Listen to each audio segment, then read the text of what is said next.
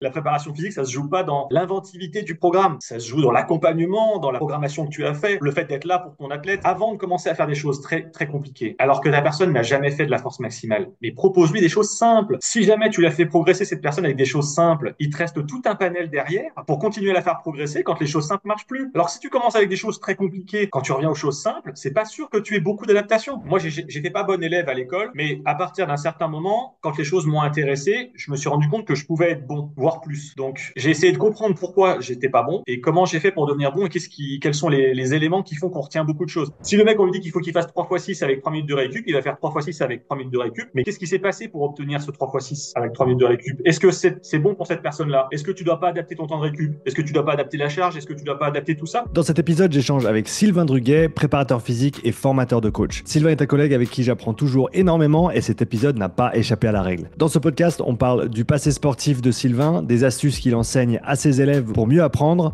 de l'utilité de la force pour la course à pied et notamment les courses de longue distance, l'importance de savoir changer d'avis et aussi des stratégies simples pour la perte de poids. Merci à All Uni Nutrition de soutenir cet épisode. All Uni est une marque de compléments alimentaires de haute qualité made in France, conçue spécialement pour les sportifs qui souhaitent couvrir tous leurs besoins nutritionnels. Utilise le code UPSIDE pour bénéficier de 10% de rabais sur ta prochaine commande et reste bien jusqu'à la fin de cet épisode pour connaître mes produits préférés de leur gamme actuelle. Maintenant, sans plus attendre, voilà le podcast avec Sylvain Druquet. Sylvain, bienvenue sur le podcast, comment tu vas? Salut Sean, ça va très bien et toi? Ça va bien, je te remercie. Enfin, le grand Sylvain sur le podcast. Je parle assez souvent de toi autour de moi. Je dis toujours que tu es le coach le plus sous-coté de France. Parce que personne ne te connaît, alors que tu as tellement de choses à apporter. Donc, je suis très, très content de pouvoir enfin te recevoir sur le podcast. Et la faute est toute mienne de ne pas t'avoir reçu avant. On en avait parlé l'été dernier, on avait parlé l'année d'avant déjà. Quoi qu'il arrive, c'est un énorme plaisir de t'avoir, Sylvain, et je me réjouis de notre échange pour ceux et celles qui ne te connaissent pas encore, ce qui va être la majorité des gens pour l'instant, mais ça va vite changer. Est-ce que tu peux nous parler un petit peu de toi? Qui es-tu et que fais-tu? Déjà, merci beaucoup pour l'invitation, merci pour ce que tu fais. Je pense qu'il n'y a pas beaucoup de gens qui imaginent à quel point tu apportes plein de bonnes choses et plein de positivité. Alors moi, Merci. je m'appelle donc Sylvain Druguet, j'ai bientôt 40 ans. Je suis ancien sportif de bon niveau dans les sports de combat, ancien préparateur physique. C'était mon premier boulot, hein, préparateur physique. Euh, Coach sportif, je continue encore de le faire. J'ai fondé plusieurs centres de formation d'un point de vue pédagogique. Déjà, j'ai aidé à la formation de Formapi Macon. Administrativement, c'est pas moi qui l'ai monté, hein, bien sûr, mais j'ai amené tout ce qui est les diplômes actuels, les contenus, les rubans, etc. Je suis également conseiller en nutrition. Je suis pas nutritionniste, hein, j'ai pas de diplôme BTS ou compagnie, mais je fais du conseil en nutrition parce que c'est une de mes passions. Récente, c'est pas le terme, mais voilà, c'est une des dernières passions que j'ai développées. Et puis j'ai également fondé un autre centre de formation en ligne qui s'appelle Signature Formation, qui propose de former les gens qui ont un diplôme et qui veulent aller plus loin dans différents domaines. Et ma grande passion, c'est la vulgarisation scientifique. Donc je passe entre 3 et 7 heures par jour à lire des articles scientifiques et à essayer d'en extraire la substantifique moelle pour la donner à ceux qui n'ont pas forcément les mêmes acquis. Voilà. Bah, c'est super, on va pouvoir creuser là-dedans aujourd'hui et tu vas pouvoir partager tout ton savoir accumulé au cours des années. Parle-nous un petit peu de tes débuts, on va dire, dans la profession, dans la préparation physique. Quel sport tu pratiques à ce moment-là? Quel sport tu encadres? Fais-nous un petit peu le topo à tes débuts. Ouais, en fait, moi, j'ai commencé les sports par le foot, je pense, comme tout le monde à peu près, comme beaucoup de garçons, en tout cas de mon âge. À 6 ans, mes parents m'ont mis au foot. Voilà, c'était une bonne expérience. Et en fait, un jour, ma maman était directrice d'une garderie. Et un jour, elle me dit, je rentre du collège, j'arrive dans sa garderie. Elle me dit, va chercher le ballon qui est sous le banc là-bas. J'y vais. Et c'était un lino mouillé. Je glisse, je fais un demi-salto, je pars en planche et je tombe sur le côté et je me fracture le fémur. Wow. Mais gros déplacement, ça me déchire les muscles, enfin bref, le gros truc. Et en fait, ça revient en place, ce qui fait que personne ne me croit, tout le monde pense que je me suis juste fait mal, et bon, bref, je passe un moment assez horrible. Et là, on m'apprend que c'est un an de rééducation, qu'il va falloir me réapprendre à marcher, etc. J'avais 14 ans. Et le chirurgien me dit, voilà, il va falloir que tu refasses un truc tranquille. Je veux pas que tu fasses un truc violent. Quel sport tu prends à la rentrée? Et moi, je dis, bah, taekwondo. Et donc, je commence le taekwondo. C'est comme ça que j'arrive au sport de combat. J'en avais déjà fait, en fait, avant. Mais à l'école, avec les différentes associations, tu sais, qu'on peut avoir autour de l'école, et, voilà, l'USEP, les choses comme ça. Donc, je faisais déjà de la lutte, je faisais déjà des trucs comme ça. Et j'étais passionné par les sports de combat, mais j'avais jamais franchi le pas. Et là, voilà, je me mets au taekwondo, je monte les différents grades, je me mets à d'autres sports de combat. Je me mets ensuite à faire tous les sports de combat possibles et imaginables quand j'arrive à la fac, puisque je passe ma spécialité en sport de combat là-bas. Et puis, ça m'ouvre les portes en fait de la préparation physique des sports de combat dans lesquels je vais faire des interventions, tu vois. Donc, je commence comme ça. Je commence à entraîner les gens qui font du taekwondo avec moi à Buelas dans le 01. Et de fil en aiguille, eh ben, il y a des personnes qui sont intéressées, qui individuellement viennent me voir, ils me disent, voilà, j'aimerais que tu me prépares à ça, etc. Et le gros tournant, et j'aimerais lui rendre hommage, c'est une dame qui s'appelle Claudine Jaillet, qui un jour vient me voir et qui me dit, voilà, dans 6 semaines, je fais la Diagonale des Fous, est-ce que tu me suis? Et je ne savais pas du tout ce qu'était la Diagonale des Fous. Je te parle de ça en 2009, tu vois, je ne sais Hmm. pas ce qu'est la Diagonale des Fous. Je me dis, Pour ceux qui savent toujours pas ce que c'est, fais-nous un petit récap. c'était une course de dingue à La Réunion, c'est un truc de fou, quoi. Alors, c'était pas la même chose que c'est aujourd'hui, mais ça reste quand même un événement de malade. À l'époque, il n'y avait pas forcément besoin de points pour se qualifier. Hmm. Donc, on pouvait le faire comme ça, quoi. Si tu avais les moyens, si tu te préparais, c'était jouable. 6 semaines. Mais moi, je me suis dit, qu'est-ce que c'est que ça, la Diagonale des Fous? Ça doit être une course, je sais pas, dans la boue ou un truc comme ça. Et là, je me dis oui. Je rentre chez moi et je me rends compte que c'est un truc de dingo. Et je me dis, jamais personne va pouvoir se préparer cette femme en 6 semaines pour y aller, quoi.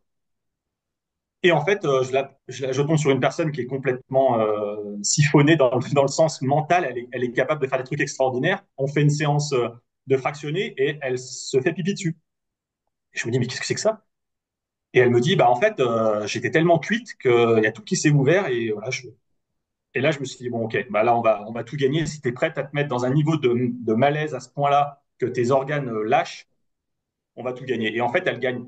On va pas faire la Diagonale des Fous parce que c'est l'année où le volcan en Islande entre en éruption et les vols sont cloués au sol, donc on peut pas y Hmm. aller.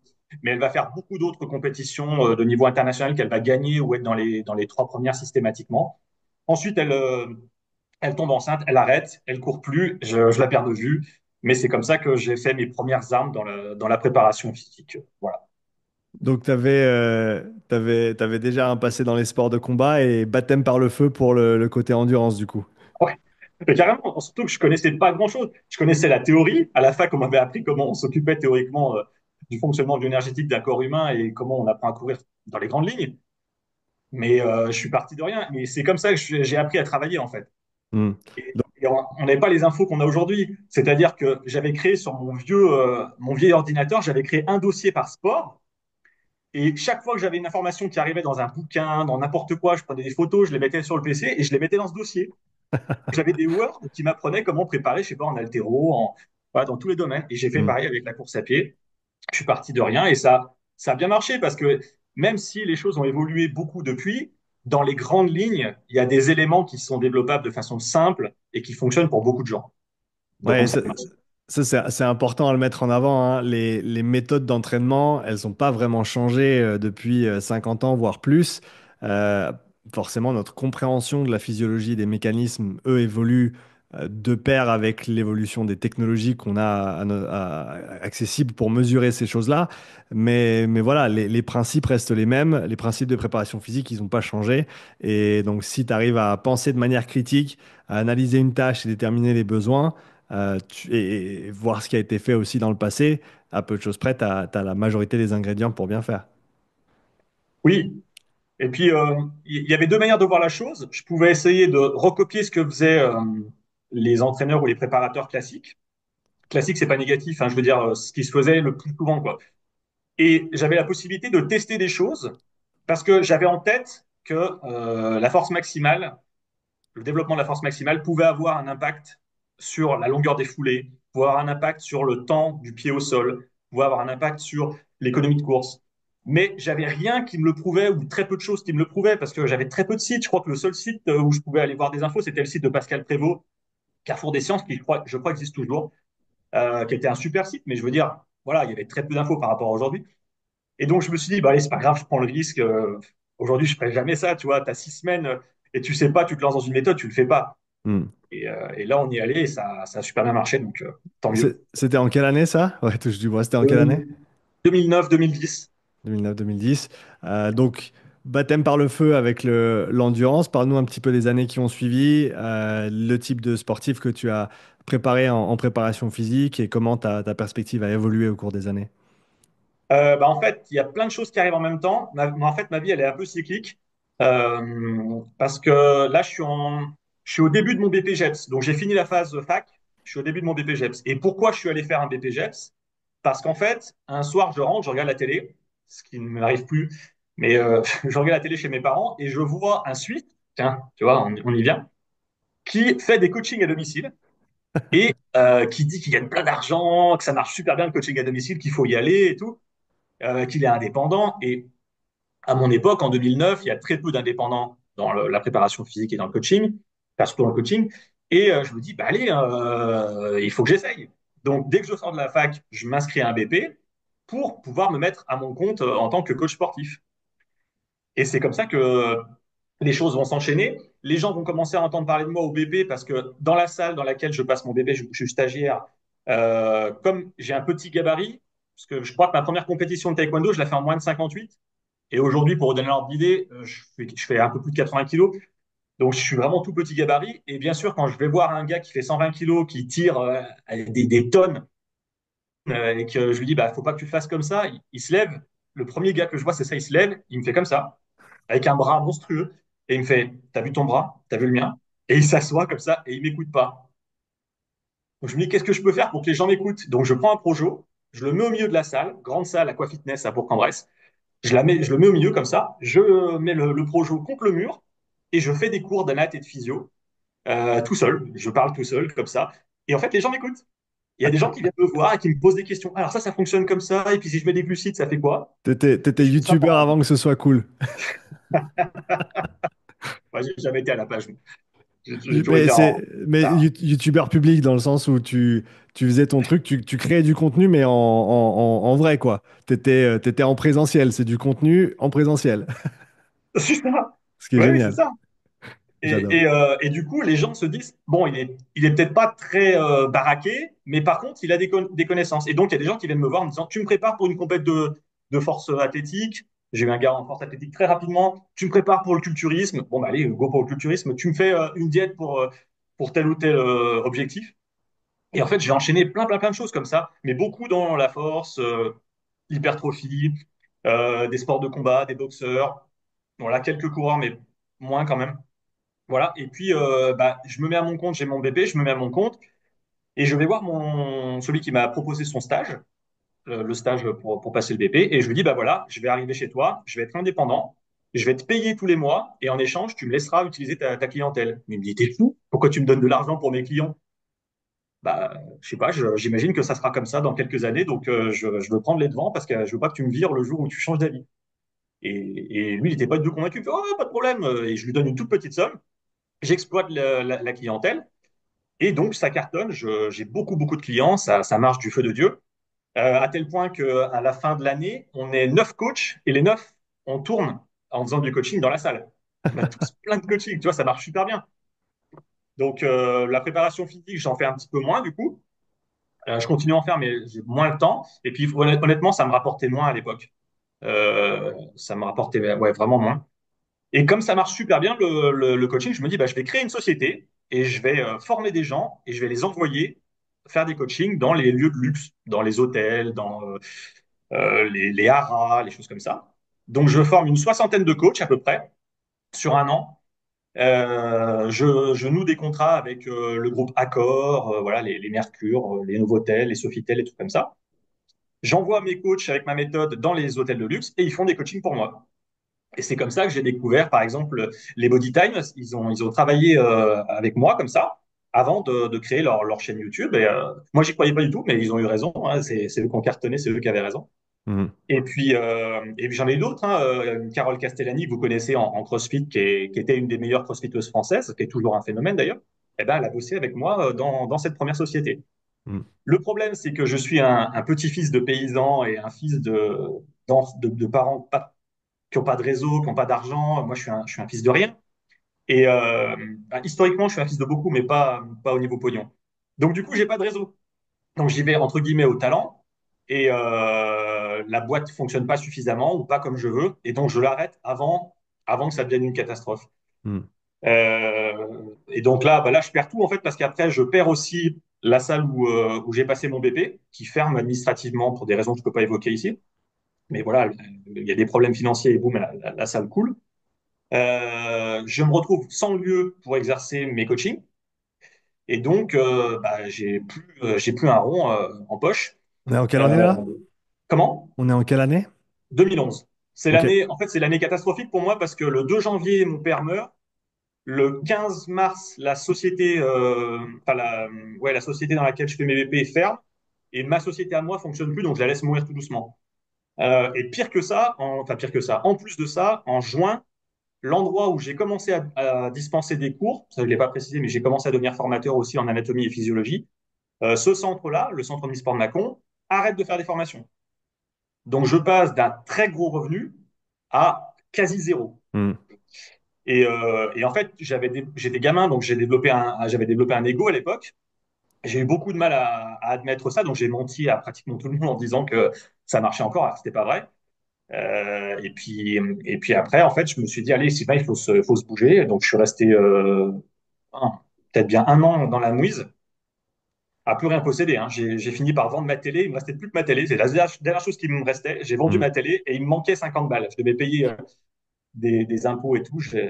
Voilà, il me manquait 50 balles. Donc j'ai trouvé 50 balles en petites pièces et j'ai remboursé les huissiers et tout avec ça. Et après, je suis même allé récurer des toilettes. J'ai pas honte de le dire. Et puis après, je suis reparti grâce à ma compagne que j'ai rencontrée en créant ma société. Une de mes coachs, qui est devenue ma femme, ma compagne, Anaïs, me dit, allez, retourne voir le com et tu leur dis qu'on va monter un centre de formation là-bas. Donc, on retourne voir le com. On leur dit, bah, vous ne voulez plus monter de formation, mais nous, on peut le faire pour vous. Et le Sébastien me dit, bah, écoute, oui, oui, allez, pourquoi pas, faisons ça. Et donc, il me rappelle quelques mois après, et il me dit, le CFA du sport de Bourgogne va ouvrir une formation chez nous. Je dis, ah bon, mais par contre, ce sera toi le directeur. Bon, bah, si ça marche comme ça, voilà. Et c'est comme ça qu'est né Format Val, qui est maintenant devenu Format Pimacon, Mhm. Ok. pour la tournée en ligne. Ça fait pas mal de retournements, hein, comme tu as dit. C'était pas de tout repos. Ouais, non, c'était dur. Enfin, aujourd'hui, j'en garde un bon souvenir parce que ça m'a forgé, ça m'a ramené les pieds sur terre, ça m'a montré que tu peux être aisé, te retrouver ruiné du jour au lendemain. Et si j'avais pas eu ma mère, bah, j'aurais été à la rue. Que tu peux rebondir et que si tu y crois et que tu te bats et qu'il y a des gens autour de toi qui croient en toi, bah, tu t'en sors, ouais, tu t'en sors bien, quoi. Et aujourd'hui, bah, je suis dans une bonne situation. Voilà, je suis Mhm. content. Mhm. Donc ça fait quoi? Ça fait 2013 quand tu reprends à donner de la formation? Ouais, on recrée Formaval en 2013, ouais. Ok. Et parle un petit peu de comment tu as approché ce nouveau chapitre de ta vie, en fait, après ben, ces hauts et ces bas. Qu'est-ce qui avait changé peut-être dans ta manière de faire ou de voir les choses? Euh, je- En fait, je me suis rendu compte que j'aimais transmettre. J'avais vraiment adoré l'année que j'avais fait en tant que formateur. J'avais vraiment adoré ça. Je trouve ça hyper valorisant. Et ça, c'est de l'ego positif. C'est pas l'ego que j'avais eu avant en créant ma première société où j'étais devenu presque un peu pédant. Je pense que j'ai toujours été humain, mais je pense que j'étais, ouais, presque pédant. Et je me suis dit non, maintenant il faut que tu repartes de zéro. Tu te dis que voilà, tout se mérite. Il faut que tu bosses pour y arriver et que ça va fonctionner. Donc, tu vas créer des BP dans lesquels tu es à l'aise. Donc, on a commencé avec les diplômes qui existaient déjà au CFA, mais dans d'autres centres ailleurs en France, comme Hmm. le sport collectif, BP Sport Court. On a créé le BP cours collectif, donc fitness en premier. Je leur ai dit, bah, il faut monter d'autres diplômes dans lesquels moi je maîtrise. La muscu, c'est vraiment mon truc. Faut que vous vous lanciez dedans. Et puis, ça a cartonné. C'est ce qui a fait le plus gros de notre chiffre d'affaires pendant des années. Encore aujourd'hui, c'est une de nos promos les plus importantes, le HM. Et à Hmm. Macon, on est assez réputé, sans nous lancer de fleurs, pour un HM de qualité. Et d'ailleurs, tu interviens, donc c'est une des preuves que c'est de la qualité. Ouais, c'était un plaisir de pouvoir venir dans ce circuit un petit peu plus, comment dire ça, structuré. Moi qui viens qui est deux diplômes en coaching qui se courent après, qui a commencé une chaîne YouTube et puis Bah, tu m'avais envoyé un message une fois, hein, parce que si je me trompe pas, tu regardais mes vidéos, mes contenus. Et c'était vraiment chouette de pouvoir venir dans une classe avec des étudiants qui étaient là pour apprendre et le faire en vrai, parce que le digital, alors j'aime ça dans la manière ou dans le sens où ça me permet de transmettre à un plus grand nombre, mais c'est vrai que l'humain, il reste quand même central et comme tu l'as dit, pour toi aussi, c'est le cas. Donc de pouvoir se retrouver avec une classe, c'est vraiment quelque chose de spécial. Et donc toi, c'est quelque chose que tu fais encore aujourd'hui. Tu donnes des cours, tu formes des élèves. Ouais, puis oui, oui, oui, ça c'est vraiment une passion. Moi, j'adore ça et je pense que mes élèves me le rendent bien. Je pense qu'ils aiment la manière dont j'aborde les choses. Les cours sont fun. On essaie d'être drôle. On essaie d'amener les choses de manière moins descendante que ça pourrait l'être peut-être dans d'autres institutions, on va dire. Et en fait, moi, j'essaie de comprendre comment. Moi, j'étais pas bon élève à l'école, mais à partir d'un certain moment, quand les choses m'ont intéressé, je me suis rendu compte que je pouvais être bon, voire plus. Donc, j'ai essayé de comprendre pourquoi j'étais pas bon et comment j'ai fait pour devenir bon et quels sont les éléments qui font qu'on retient beaucoup de choses. Et aujourd'hui, j'ai de la chance, c'est que j'ai vraiment une très, très, très bonne mémoire et j'apprends presque des bouquins par cœur de la première à la dernière page, mais pas parce que j'ai un cerveau de dingue, c'est juste que j'ai trouvé des choses qui m'aident à retenir et donc j'essaie de le transmettre à mes élèves. Et donc, il y a des points de passage. Ça, ils doivent l'avoir à la fin de la formation et je mets tous les éléments en place pour qu'ils puissent y arriver. Je suis très disponible. Et d'ailleurs, pour revenir à ce que tu as dit tout à l'heure, en fait, je te renvoie le compliment parce que il y a beaucoup de youtubeurs célèbres qui sont pas aussi disponibles que toi tu l'as été parce que si on s'est rencontrés, et qu'aujourd'hui on s'entend super bien, t'es quelqu'un d'hyper disponible, ton numéro était en ligne. Je sais pas possible. Le numéro de quelqu'un qui fait autant de vues, c'est pas possible qu'il soit disponible. Je lui dis, allez, je vais lui envoyer un message. Je lui envoie un message, quelques minutes ou quelques heures après, je me souviens plus. Il me répond, bah ouais, carrément, on se voit. Boum, on s'est appelé et t'es venu dès la première année. Mm, mm. Et voilà, et ça, ça montre la personne que tu es. Et ça aussi, c'est un point essentiel. Il y a deux choses sur lesquelles j'ai essayé de me battre pour les BP et pour le reste de ma vie à partir de 2013. C'est, je veux pas renier mes valeurs. Si je dis que je fais un truc, voilà, je le fais. Mes BP, ils resteront de haut niveau, peu importe ce que me disent d'autres personnes. Et les gens avec qui je bosse, je veux que ce soit des gens que j'apprécie et qui ont les mêmes valeurs que moi. Donc, c'est valable évidemment pour toi. Et c'est aussi pour ça que je suis ravi de faire cette interview ici. Tu as parlé de stratégies que tu as découvert ou même développées pour mieux te rappeler des choses et pour pouvoir mieux acquérir des informations, des connaissances. Est-ce que tu peux nous partager un petit peu en quoi ça consiste? Quels sont tes axes principaux si on veut parler de rétention d'informations et surtout compréhension de sujets, notamment dans le sport, activité physique, nutrition et autres? Oui, alors déjà, l'information, il faut, en fait, si tu veux, je donne cet exemple-là pour que les gens comprennent bien, c'est le cerveau, c'est un nombre d'informations qui est monstrueux. C'est comme une bibliothèque, vous allez dans une bibliothèque où il y a des milliards de bouquins, des milliards. Et vous voulez une page en particulier de ce bouquin à un moment donné. Donc en fait, la mémoire, c'est pas tant d'avoir les informations dans le cerveau, c'est comment je vais les chercher. Parce que très souvent, les informations, vous les avez. C'est juste que vous n'êtes plus capable d'aller chercher l'information. Comment il s'appelle cet acteur? Comment c'est déjà le nom? Quelle est l'insertion du biceps brachial chef court, etc.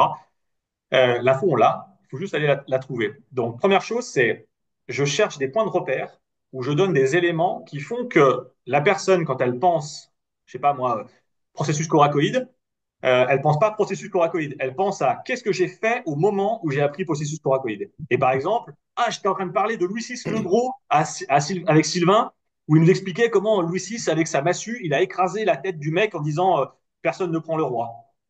Et tu vois, en leur racontant des petites histoires comme ça, je leur mets des points de repère qui font des mnémotechniques, quoi. Et donc, c'est comme ça qu'on fait. On a beaucoup de jeux. On utilise des jeux, par exemple, je leur fais des Time's Up, je leur fais d'autres jeux comme ça, qu'ils remobilisent sans arrêt les mots. Et derrière, ils se souviennent comment ils l'ont fait deviner. Ils se souviennent plus. Enfin, le but, c'est pas de se souvenir de la définition du mot pour retenir le mot, c'est de se souvenir qu'est-ce qui m'a fait penser à ce mot-là. Et en faisant ça, donc, ça rentre beaucoup, beaucoup, beaucoup mieux. Il y a pas de secret au début, il faut répéter. Et plus on a acquis, entre guillemets, la capacité à aller chercher l'information, moins on a besoin de le répéter souvent. Mais il faut quand même le refaire. Et moi, j'enseigne à mes élèves de connaître les 82 principaux muscles moteurs du corps humain. Et au début, ils ont besoin de le répéter tous les jours. Mais plus on avance dans le temps, moins on a besoin. Moi, je le révise une fois par an, je m'en souviens. Par contre, si j'ai oublié de le faire pendant 1 an et demi, 2 ans, je pense qu'il y en a certains que j'aurais déjà oublié, tu vois. Mm, mm. Voilà, c'est les grandes lignes. Voilà. Ouais, c'est super intéressant. Ça me fait penser à, bah, même récemment, je suis allé à un endroit où j'étais allé peut-être un mois ou 2 mois auparavant, et je me rappelle de la musique qu'on écoutait dans la voiture ou du sujet de conversation qu'on avait. Et c'est exactement ce que tu as dit là, c'est par association en fait. C'est ça. C'est que tu veux pas l'information isolée, tu veux l'intégrer avec les autres éléments dont tu peux te rappeler et qui faisaient partie du processus d'apprentissage au moment où tu l'as appris. C'est super intéressant. Ouais. Bah, en fait, je me suis basé sur les travaux de Daniel Tammet, qui est un ancien Asperger. Enfin, je pense qu'on dit encore Asperger. À mon avis, il n'est pas guéri, on ne peut pas se guérir de ça, mais il est sorti de son incapacité à communiquer avec les gens par plusieurs procédés. Et ça nous permet maintenant de comprendre, entre guillemets, un petit peu son cerveau. Et c'est un type qui a retenu les 20 000 premières décimales de pi par cœur. Donc, évidemment, on se dit, mais comment c'est possible autant de chiffres retenus et récités comme ça pendant 1 heure? Je ne sais plus combien de temps il a mis. Et en fait, dans sa conférence et dans son bouquin, qui est passionnant, je crois que son bouquin, c'est Je suis né un jour bleu ou un truc comme ça. Je dois pouvoir le retrouver, je le mettrai si tu veux en description. Hmm. C'est, il explique comment il a appris l'islandais en 24 heures. Et il nous apprend dans les conférences bah, plusieurs décimales de pi très facilement avec des couleurs, des odeurs, des sons, des choses comme ça. Tu vois, on associe. Et en Hmm. fait, tu dis, ah, mais attends, là, ça sentait, je sais pas, le chocolat, là, c'était vert, là, machin. Et tu retiens les décimales. Et donc, c'est ces travaux-là sur lesquels je me suis basé. Et puis, je me suis rendu compte aussi que quand on s'amuse, alors attention, parce que souvent, on galvaude un peu ça. Quand Hmm. on s'amuse, mais on fait pas non plus n'importe quoi. Il faut qu'il y ait une visée pédagogique derrière. C'est un outil, le jeu, mais c'est pas on joue pour jouer. Il faut qu'on apprenne quelque chose par ce jeu. Mais en transformant des outils pédagogiques en trucs un peu plus ludiques, eh ben, ça passe un petit peu mieux. Surtout que j'ai rarement des élèves qui sont déjà très scolaires. J'en ai, mais c'est pas la majorité. Il y a des gens qui arrivent. J'ai eu une année un docteur, il avait déjà bac plus 10. Évidemment, je vais pas lui apprendre comment on retient les choses. Son cerveau, il est déjà bien câblé pour Ouais. emmagasiner les infos. Mais par contre, j'ai quelqu'un qui arrive, qui a zéro formation, rien, qui a été en échec toute sa vie, bah, il connaîtra les 82 muscles par cœur à la fin de l'année, insertion, action comprise, sûr. Ça souligne à quel point l'information en elle-même est pas suffisante, mais il y a surtout le contexte dans lequel tu l'apportes et la manière dans laquelle tu l'apportes pour l'apprentissage. Ouais, mais complètement. Et puis, du coup, ça va dériver un peu sur l'histoire, mais c'est ça. Les gens, pourquoi ils se désintéressent de l'histoire déjà, ils n'arrivent pas à retenir, ils n'arrivent pas à comprendre. Mais parce qu'on n'enseigne plus l'histoire de manière chronologique et parce qu'on donne plus les points de repère. Si tu sais pas, l'Antiquité, c'est de quand à quand, le Moyen-Âge, c'est de quand à quand, etc., etc. Si tu sais pas, 1515, attends, c'était quel roi déjà? Oh là là, c'est normal que tu n'y arrives pas. Tu as 41 rois et empereurs que tu dois mettre dans l'ordre, tu n'y arriveras jamais. Mais si on te donne des points de repère, des groupes dans lesquels tu sais qu'il y a tant de rois qui étaient, bah, mis bout à bout, tu y arrives. Alors si tu les mets tous les uns à la suite sans repère, c'est impossible. Et je pense qu'il y a aussi la multidisciplinarité de l'apprentissage, dans le sens où nous, on parle par exemple de sport ou de nutrition, mais tu peux le mettre en lien avec, comme tu l'as dit, des événements historiques, des Ouais, phénomènes qui sont pas liés à ces domaines-là, et rendre en fait l'apprentissage multidisciplinaire, ce qui te donne ces points d'ancrage, et je pense qui t'aide aussi à mieux intégrer l'information, parce que c'est ça en fait, l'information de manière isolée, elle sert pas à grand-chose, mais si elle est intégrée dans un système un peu plus large de compréhension du monde, bah c'est ce grand puzzle dont je parle souvent. Si tu as déjà le cadre du puzzle, ou alors en tout cas, bah, maintenant, il faut que je rajoute des dimensions à mon puzzle. Mais c'est vraiment ça, c'est savoir construire ce puzzle en 3D, parce que quand tu le vois juste de manière trop simple, c'est pas nécessairement évident de le retenir. Et le ouais. but, c'est pas juste de retenir, hein, c'est de comprendre. Mais carrément. Non, mais c'est sûr. Et la compréhension, en fait, elle arrive après. Il faut Hmm, d'abord que tu arrives à trouver tes points de repère, que hmm. tu puisses ressortir tes informations pour qu'au moment où tu es en train d'essayer d'imbriquer dans l'ordre, comme tu expliques, les événements ou les mécanismes, bah, tu puisses retrouver la bonne info et la placer à ce moment-là. Parce que très souvent, tu as des personnes qui ont des infos, et quand il y a un mécanisme à mettre en place, ils n'arrivent pas à faire la corrélation entre l'info qu'ils avaient et la place de cette info dans le tout. que représente ce qu'il doit apprendre. Mhm. Et c'est là où, bah, c'est pas toujours facile, hein, mais c'est ce vers quoi on doit tendre. Et je Ouais, pense que, ouais, excuse-moi, je pense que c'est là où on s'est fourvoyé, et j'ai fait partie de ces gens-là, en tant que personne qui divulguons notre information. Très souvent, on veut déjà donner des infos de trop haut niveau, parce qu'on veut montrer qu'on sait plein de choses, alors que c'est pas le but de montrer qu'on sait plein de choses. Le but, c'est que la personne apprenne. Donc, on doit se battre pour que l'autre apprenne. Et donc, je pense qu'on s'est beaucoup fourvoyé là-dessus parce qu'on balance l'info, on cherche pas à savoir quels sont les mécanismes qui font que la personne va retenir tout ça, on se bat pas suffisamment pour revenir dessus, et puis à la fin de notre cours, on s'en va. Non, c'est pas comme ça qu'on doit le faire, je pense. ça c'est quelque chose que j'ai pris de toi, notamment quand j'étais venu intervenir avec tes élèves et on va dire, du développement de mon apprentissage aussi, c'est essayer de mieux imager les choses avec des analogies, avec des histoires, parce que ça fait vraiment une grande différence, hein. On n'y pense pas nécessairement de prime abord, mais si tu peux donner un exemple parallèle ou quelque chose qui te permet de visualiser la chose avec une situation plus simple ou un phénomène plus simple, souvent ça suffit à faire le lien et après, même si le concept il est un peu plus compliqué derrière, ça passe beaucoup plus facilement. Ah oui, c'est clair. Non, mais c'est sûr. Puis en plus, ils sont tellement fiers d'eux et de montrer qu'ils ont compris et qu'ils sont capables de, à leur tour, de faire des analogies, de faire des images. C'est fabuleux. Il y a pas longtemps, j'ai vu un de mes anciens élèves, Neil, je t'embrasse fort, qui est un de mes élèves prodiges et qui fait des conférences et il utilise des images. Alors, on voit qu'il utilise un peu la même méthode que moi, mais il s'est approprié le truc et il le fait lui-même. Et du coup, ouais, c'est hyper émouvant et tu vois, là, tu as réussi, tu dis, là, j'ai été utile. En parlant d'intégrer les informations dans un cadre un peu plus large, récemment, je me suis replongé un peu dans la bioénergétique et une chose qui m'a aidé énormément, c'est d'essayer de contextualiser le fonctionnement des filières, notamment dans le contexte de la fibre musculaire. Et j'ai trouvé tellement plus simple de comprendre. Et je me suis dit, mais pourquoi j'ai pas fait ça il y a 5 ans en arrière?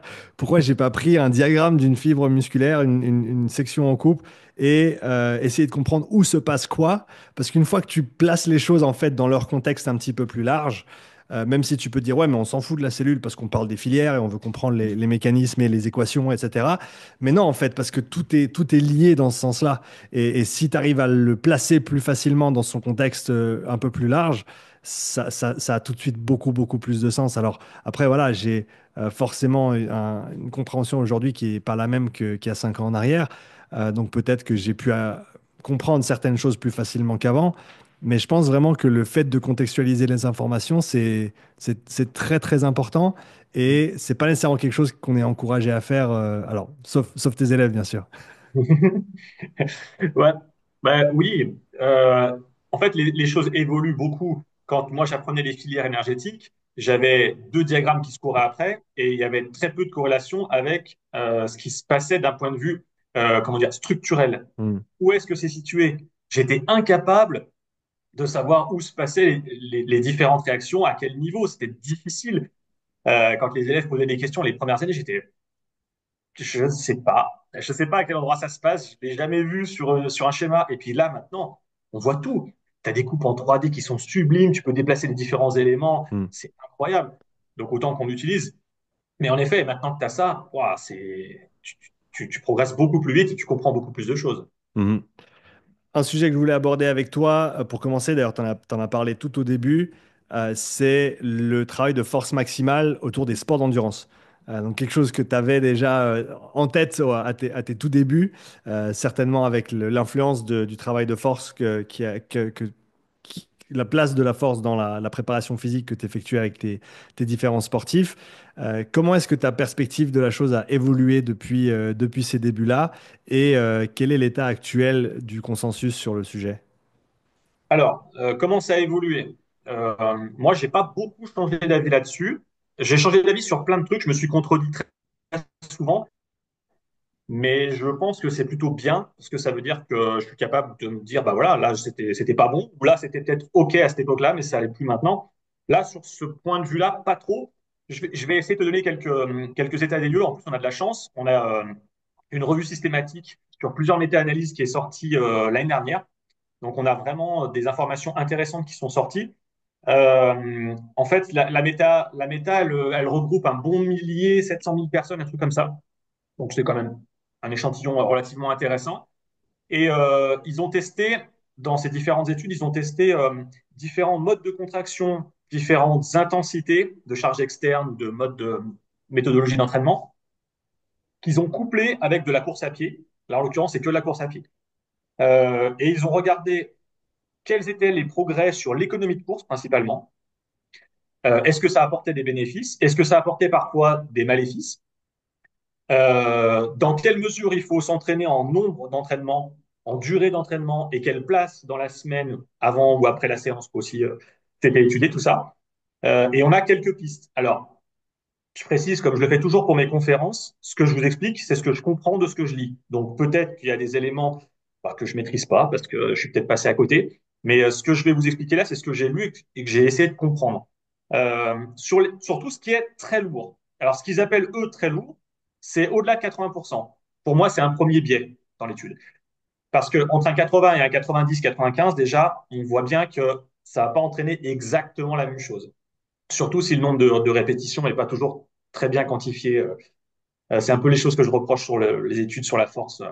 On a souvent des biais de ce côté-là. Bon, en tout cas, tout ce qui est au-delà de 80% du 1RM, on constate une économie de course relativement importante sur les courses de moyenne et longue durée. Moyenne, c'est au-delà du 10 000, on va dire.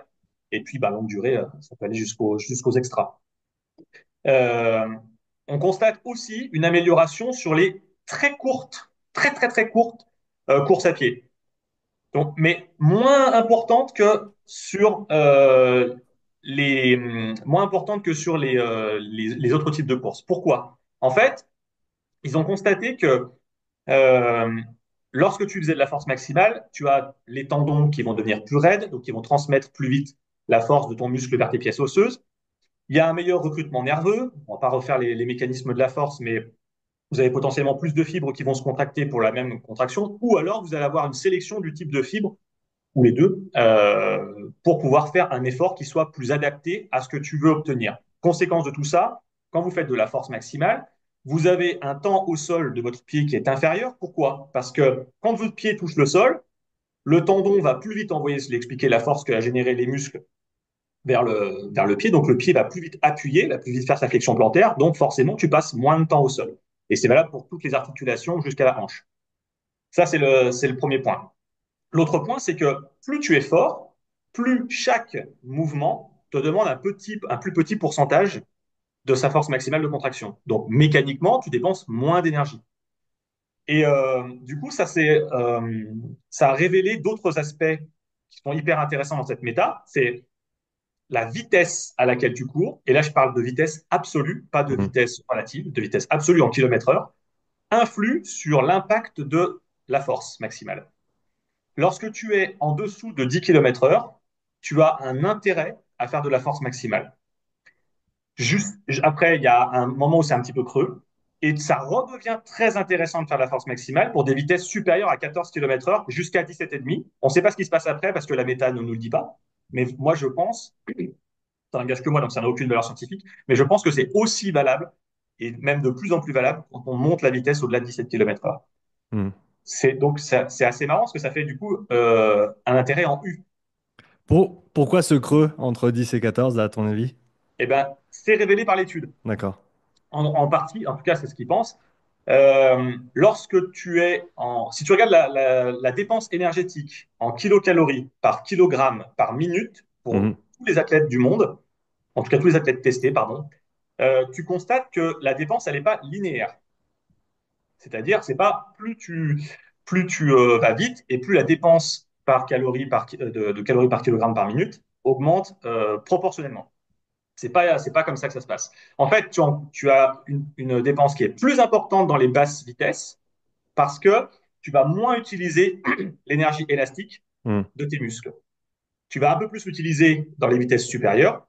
Et à vitesse très très importante, tu es vraiment obligé de remettre un coup de musculaire, entre guillemets. Tu mets davantage à contribution tes muscles, donc tu dépenses plus de calories. Mhm. Parce que l'énergie élastique, par définition, elle est très peu coûteuse en calories. Il faut juste la mettre sous tension au départ, mais après, tu n'as plus besoin. Donc ça explique ce fameux creux. Du coup, il y a un vrai intérêt à faire de la force maximale si tu cours à une allure relativement importante Et on est d'accord que 14 km/h, pour beaucoup d'athlètes, c'est le cas. Beaucoup Hmm. d'athlètes courent beaucoup plus vite que 14 km/h de moyenne sur leur performance. Donc ça, c'est pour la force maximale. Après, enfin force maximale, pour plus de 80%. En dessous de 80%, et là, elle pique un petit peu cette plage, ils descendent jusqu'à 40% du ARM. C'est Voilà, c'est c'est plus une pas. fourchette, c'est un râteau. C'est J'allais la sortir. pas bon. J'adore. Donc, dans cette fourchette-là, c'est, en fait, tu trouves un peu tout. Hmm. Globalement, on est assez peu certain qu'il y ait une amélioration de l'économie de course pour les raisons suivantes. En fait, généralement, là, je fais des caricatures, qu'on soit bien d'accord, le monde, il est gris, il n'est pas noir et blanc, il est gris. Mais là, si on doit essayer de poser des jalons pour que les gens comprennent, globalement, tes adaptations qui font que tu es plus fort lorsque tu soulèves une charge qui représente 40 à 80% de ton ARM, elles sont surtout, on va dire, métaboliques. Elles sont des adaptations structurelles, mais moins des adaptations nerveuses. Hmm. C'est-à-dire que tu vas, par exemple, gagner de la masse musculaire, tu vas gagner davantage euh, de myofibrilles qui vont donc se contracter et qui vont te permettre de générer davantage de newtons. Sauf que là, on est sur des coureurs qui s'entraînent 2 à 4 fois par semaine en force, mais qui s'entraînent 6 à 8 fois en course à pied. Donc, leur capacité à gagner de la masse musculaire, elle est quasi nulle. Hmm. Donc, tu n'obtiens pas les adaptations que tu voulais avoir de gain de masse musculaire, ce qui est heureux, puisque en course à pied, chaque kilo gagné, c'est pas forcément une bonne idée. Et donc, bah, tu n'obtiens pas les gains de force espérés. Hmm. Donc, c'est assez logique. Tu as peu d'adaptation nerveuse. Est-ce- Sur le côté nerveux, ça a du sens. Est-ce qu'il y a une considération calorique à avoir aussi, dans le sens où si tu cours autant que ça et que tu fais en plus d'entraînement en force, est-ce que bah, si tu manges pas assez, tu vas avoir moins de gains que si tu manges un peu plus? Ça, c'est clair. Hmm. Ça, c'est clair. Après, si on fait un rapide calcul, gagner 1 kilo de masse musculaire chez quelqu'un qui est vraiment à très haut niveau, il va pas y gagner sur sa performance s'il doit courir vraiment longtemps. Hmm. Ça va lui demander tellement de jus de pousser 1 kilo de plus tout au long de la course que ça vaut pas le coup de gagner son kilo de muscle. Donc voilà. Oui, tu as raison, il faudrait manger suffisamment pour être à l'équilibre. De toute façon, c'est le but, sinon tu développes des syndromes régulièrement. Mais gagner de la masse musculaire, à moins d'être vraiment trop maigre et de ne pas avoir suffisamment de muscles pour justement pousser fort sur le bas du corps et garder ton gainage, sinon ça n'a pas de sens. Ouais. Ouais, ouais, et je pense que c'est important de le remettre en avant. Tu l'as dit, hein, tous les intérêts de la force maximale ou de la force au-delà de 80% du 1RM sont bénéfiques pour beaucoup de types de courses différents. Mais qui dit entraînement en force ne veut pas nécessairement dire que tu vas prendre des kilos juste parce que tu as regardé une barre lourde, quoi. Non, alors, justement, je peux revenir sur mon expérience avec Claudine. Hmm. Le lundi, je lui dis, bah, écoute, tu vas aller faire tel exercice et tu vas le faire en force maximale. Je l'avais préparé, je précise, hein. J'avais préparé pour qu'elle soit capable de faire Hmm. des exercices en force max. On ne fait pas de la force max comme ça. Et elle me dit, quoi? Non, mais attends, tu rigoles, faut pas que je prenne du muscle. Après, je vais ressembler à Schwarzenegger. Bon, Si alors, seulement, si seulement, si moi, je seulement tiens c'était même mes aussi simple que chaussures. ça. Je ressemble pas à Schwarzy, loin de là. Et donc, bon, et puis rassure-toi, vu les bornes que tu t'enfiles et les calories que tu manges, jamais de la vie tu vas prendre du muscle. Par contre, crois-moi, tes foulées, elles vont gagner en amplitude. Très dubitative, elle y va. Mais qu'est-ce que c'est que ce machin? C'est horrible, j'ai l'impression que mes organes vont sortir quand je fais ça. Enfin, je te passe les commentaires. Ouais, Et donc, on essaye ça. Évidemment, la balance ne bouge pas le moins du monde, tout au long de la prépa. Et puis, bon, elle gagne beaucoup, évidemment. Elle n'avait jamais vraiment fait de force maximale, donc elle gagne, je ne sais plus combien, je retrouverai peut-être les chiffres, mais elle gagne quelque chose comme 30% sur sa barre. Et les foulées sont beaucoup plus grandes. Donc, en dépensant le même nombre de calories, tu fais des foulées plus grandes, mécaniquement, tu avances plus vite. hmm, Donc, ça marche fort. Ça marche hmm, très fort. hmm. Euh, Comment toi tu définirais la force maximale si tu avais pu designer les études et comment est-ce que tu segmenterais le spectre de force en dessous de la force maximale? Ben, moi, en fait, déjà, il y a toute une préparation à faire. Je réinsiste là-dessus. On fait pas de la force maximale chez quelqu'un qui n'a pas de schéma, qui connaît pas son mouvement, qui l'a pas répété trois, Hmm, 4 000 fois. hmm, D'abord, on apprend le mouvement. Mais quelqu'un qui est prêt à faire de la force maximale, moi, je lui mettrais vraiment des charges relativement lourdes une fois qu'il est capable de le faire. Déjà, ça apprend une sorte de stabilité fine qu'on a perdue lorsqu'on a des charges plus légères. Parce que le moindre petit déhanché, et tu dois contracter très fort tes muscles pour empêcher de basculer. Hmm. Donc, tu vois, parfois, je fais des sorties de barre très lourdes, très au-delà du 1 RM. Juste, tu sors la barre, tu te déplaces un peu avec, tu la reposes. Et là, tu te rends compte que si tu bascules un peu, ouh, ça a tiré sur le carré des lombes, là, ça a tiré sur le longissimus. Ouh, ok. Donc, je suis peut-être pas prêt niveau gainage. Et donc, ça te fait en plus des axes de travail pour la suite. Mais voilà, moi, je dirais que 90% du 1 RM, c'est une belle barre pour s'entraîner. Tu as de la marge. Si tu fais une, deux, voire trois reps, tu as encore un petit peu de marge derrière. Tu es capable de le répéter. Les cycles classiques, 3, 4, 5 reps. Après, pour ceux qui veulent faire des choses un peu plus pointues, voilà, bien sûr, tu peux faire des clusters, tu peux faire des choses. Mais revenons aux bases. C'est un point aussi sur lequel je suis un vieux de la vieille, mais avant de commencer à faire des choses très, très compliquées, alors que la personne n'a jamais fait de la force maximale. Mais propose-lui des choses simples. Si jamais tu l'as fait progresser cette personne avec des choses simples, il te reste tout un panel derrière pour continuer à la faire progresser quand les choses simples marchent plus. Alors si tu commences avec des choses très compliquées, quand tu reviens aux choses simples, c'est pas sûr que tu aies beaucoup d'adaptation. Hmm. Donc voilà, moi je fais des choses simples. Les gens sont souvent déçus quand je fais leur premier programme parce que je leur mets un truc un peu, ben, c'est pas bidon pour moi, mais eux ils trouvent que c'est bidon parce que bah ouais, ben, je trouve la même chose sur Internet. Bah, mais moi j'invente rien, je vous fais un truc simple, c'est tout, ça va progresser par la suite. C'est quelque chose que j'avais déjà entendu forcément, mais qui avait été renforcé quand j'avais eu la chance d'aller faire un camp d'entraînement avec Sam Lello dans les Pyrénées avant qu'il devienne champion du monde d'Ironman. Et en parlant avec lui, avec son père Richard, qui est aussi son coach, tu voyais bien qu'ils avaient un plan de développement pour Sam sur 4-5 ans et qu'il y avait plein de choses en fait qu'ils n'avaient pas du tout optimisées dans ses entraînements de manière quasi volontaire. Parce que, par exemple, ils n'avaient pas maximisé ses heures d'entraînement hebdomadaires. Tu as les Norvégiens qui étaient à 35-40 heures par semaine. Lui, il passait de 21 à 23 heures, je crois, sur la saison 22 à 2023. Et il disait, ouais, bah, comme ça, on a encore des cartes à jouer dans les années à venir. On va pouvoir monter progressivement le volume parce que est-ce qu'il pourrait faire 35 heures d'entraînement aujourd'hui? Il peut le faire. Mais encore une fois, tu te grilles les cartouches que tu vas pouvoir utiliser plus tard. Et c'était super intéressant de voir que même à son niveau, qui est absolument élite, et bah, d'ailleurs, il s'en va pour gagner les championnats du monde à Nice quelques mois après, euh, même à ce niveau-là, il laisse encore des gains sur la table volontairement, de manière consciente, pour pouvoir les exploiter plus tard, mais pas essayer de vraiment tout faire dès le début. Mais oui. Et en plus, quelle est l'alternative à ça? C'est-à-dire que si le mec a plus rien, il a plus de carte, l'alternative pour que la personne progresse à nouveau, c'est quoi? C'est la coupure pour reprendre. Hmm. Hmm. Or, à ce niveau-là, tu n'as pas forcément envie de couper ou tu coupes différemment, mais tu fais pas une vraie coupure ou tu fais plus rien pendant 2 semaines, tu vois. Mhm. Donc, il préfère sacrifier ce petit bout de perfection, ce petit 1% qui pourrait aller gagner, pour finalement ne pas s'arrêter 2 semaines. Bah, il a tout compris. Je pense que c'est lui qui a raison. Et nous, d'un point de vue égo, enfin, je vais dire moi, parce que j'ai pas envie de parler au nom des autres, mais moi, d'un point de vue égo, je m'en fiche que mon entraînement soit simple. Je ne dois pas faire le truc le plus complexe possible pour être le plus innovant, pour que le client ait l'impression que je lui donne un truc qui est impossible de trouver ailleurs. C'est pas ça. La préparation physique, ça se joue pas dans l'inventivité du programme. Ça se joue dans l'accompagnement, dans la programmation que tu as fait, dans le fait d'être là pour ton athlète. Claudine, des fois, je la déguisais en clown parce que je la suivais en voiture. Ouais, j'ai honte. Pardon pour la planète, c'est pas terrible, mais en grimpette, je pouvais évidemment pas la suivre en course à pied.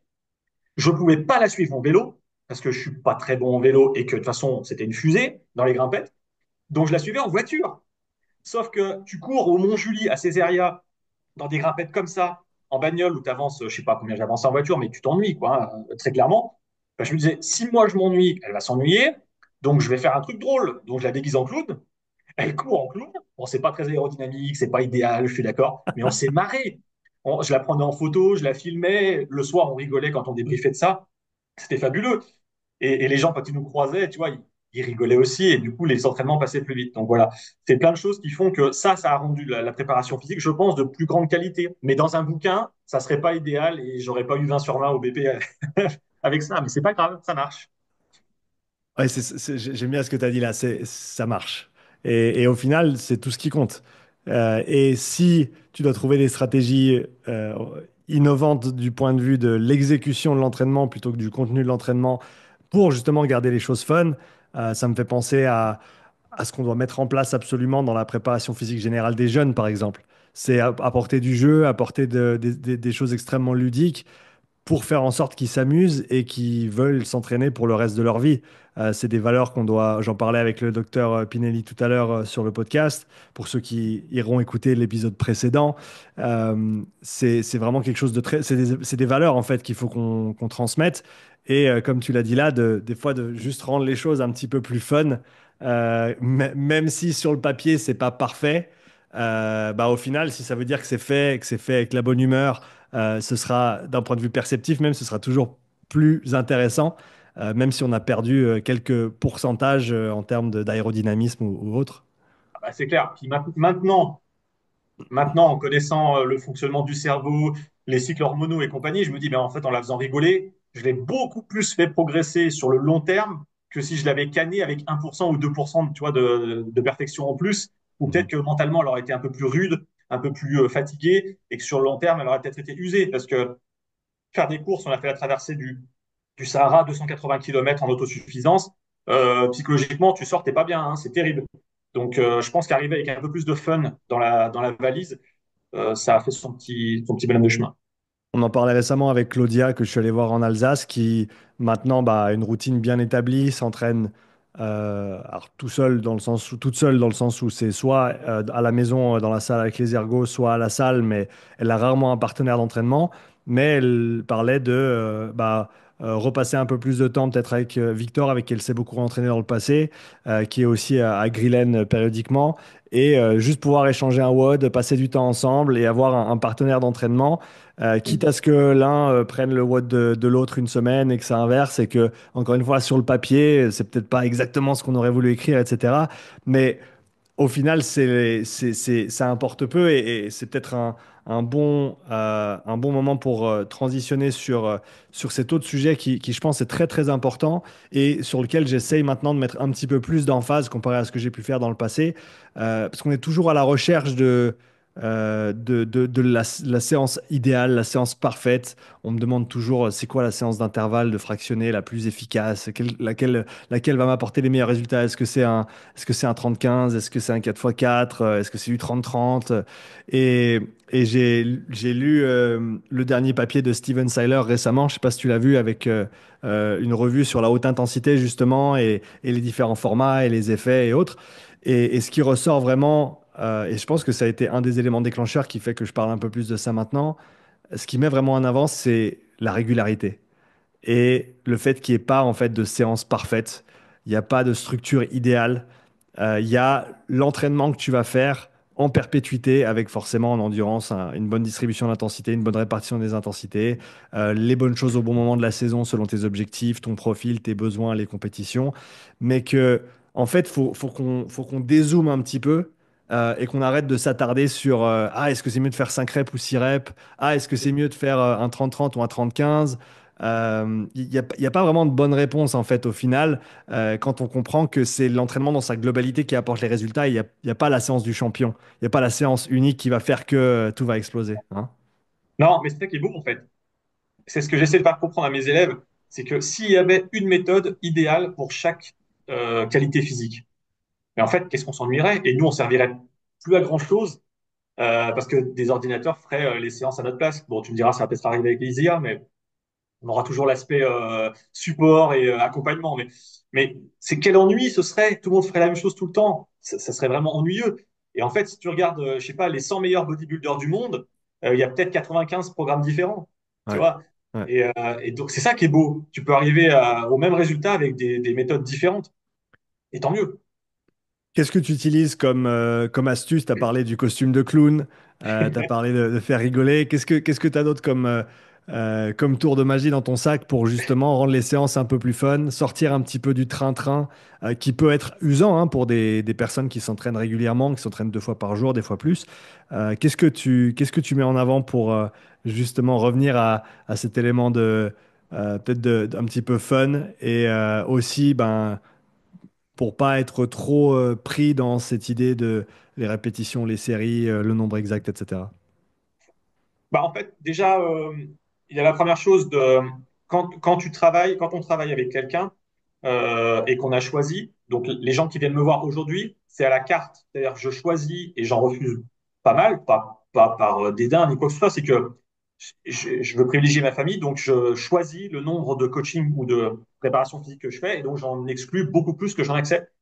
Et les gens donc qui viennent, ils savent qu'ils veulent travailler avec moi. Donc je leur dis, bah voilà, si tu m'as fait confiance, il faut que tu me fasses confiance aussi dans la manière dont j'organise toute la préparation. Et si tu n'es pas d'accord avec ça, c'est pas grave. Il y a plein d'autres coachs qui sont super compétents. Je t'envoie chez des copains, ils sont super forts. Il n'y a aucun problème, ils font très bien le travail. Donc première chose, c'est ça. Il doit y avoir une adhésion à ce que tu proposes. Après, une proximité hyper importante, j'appelais ça la bulle en coaching. C'est-à-dire que je rentre dans la bulle de mon client. Il y a plein de gens qui font pas ça, soit parce qu'ils n'ont pas forcément envie de se casser la tête, soit parce que ça les ennuie, soit parce que c'est pas leur manière de faire. Mais moi, j'essaie de me rapprocher beaucoup du client. C'est pas un ami.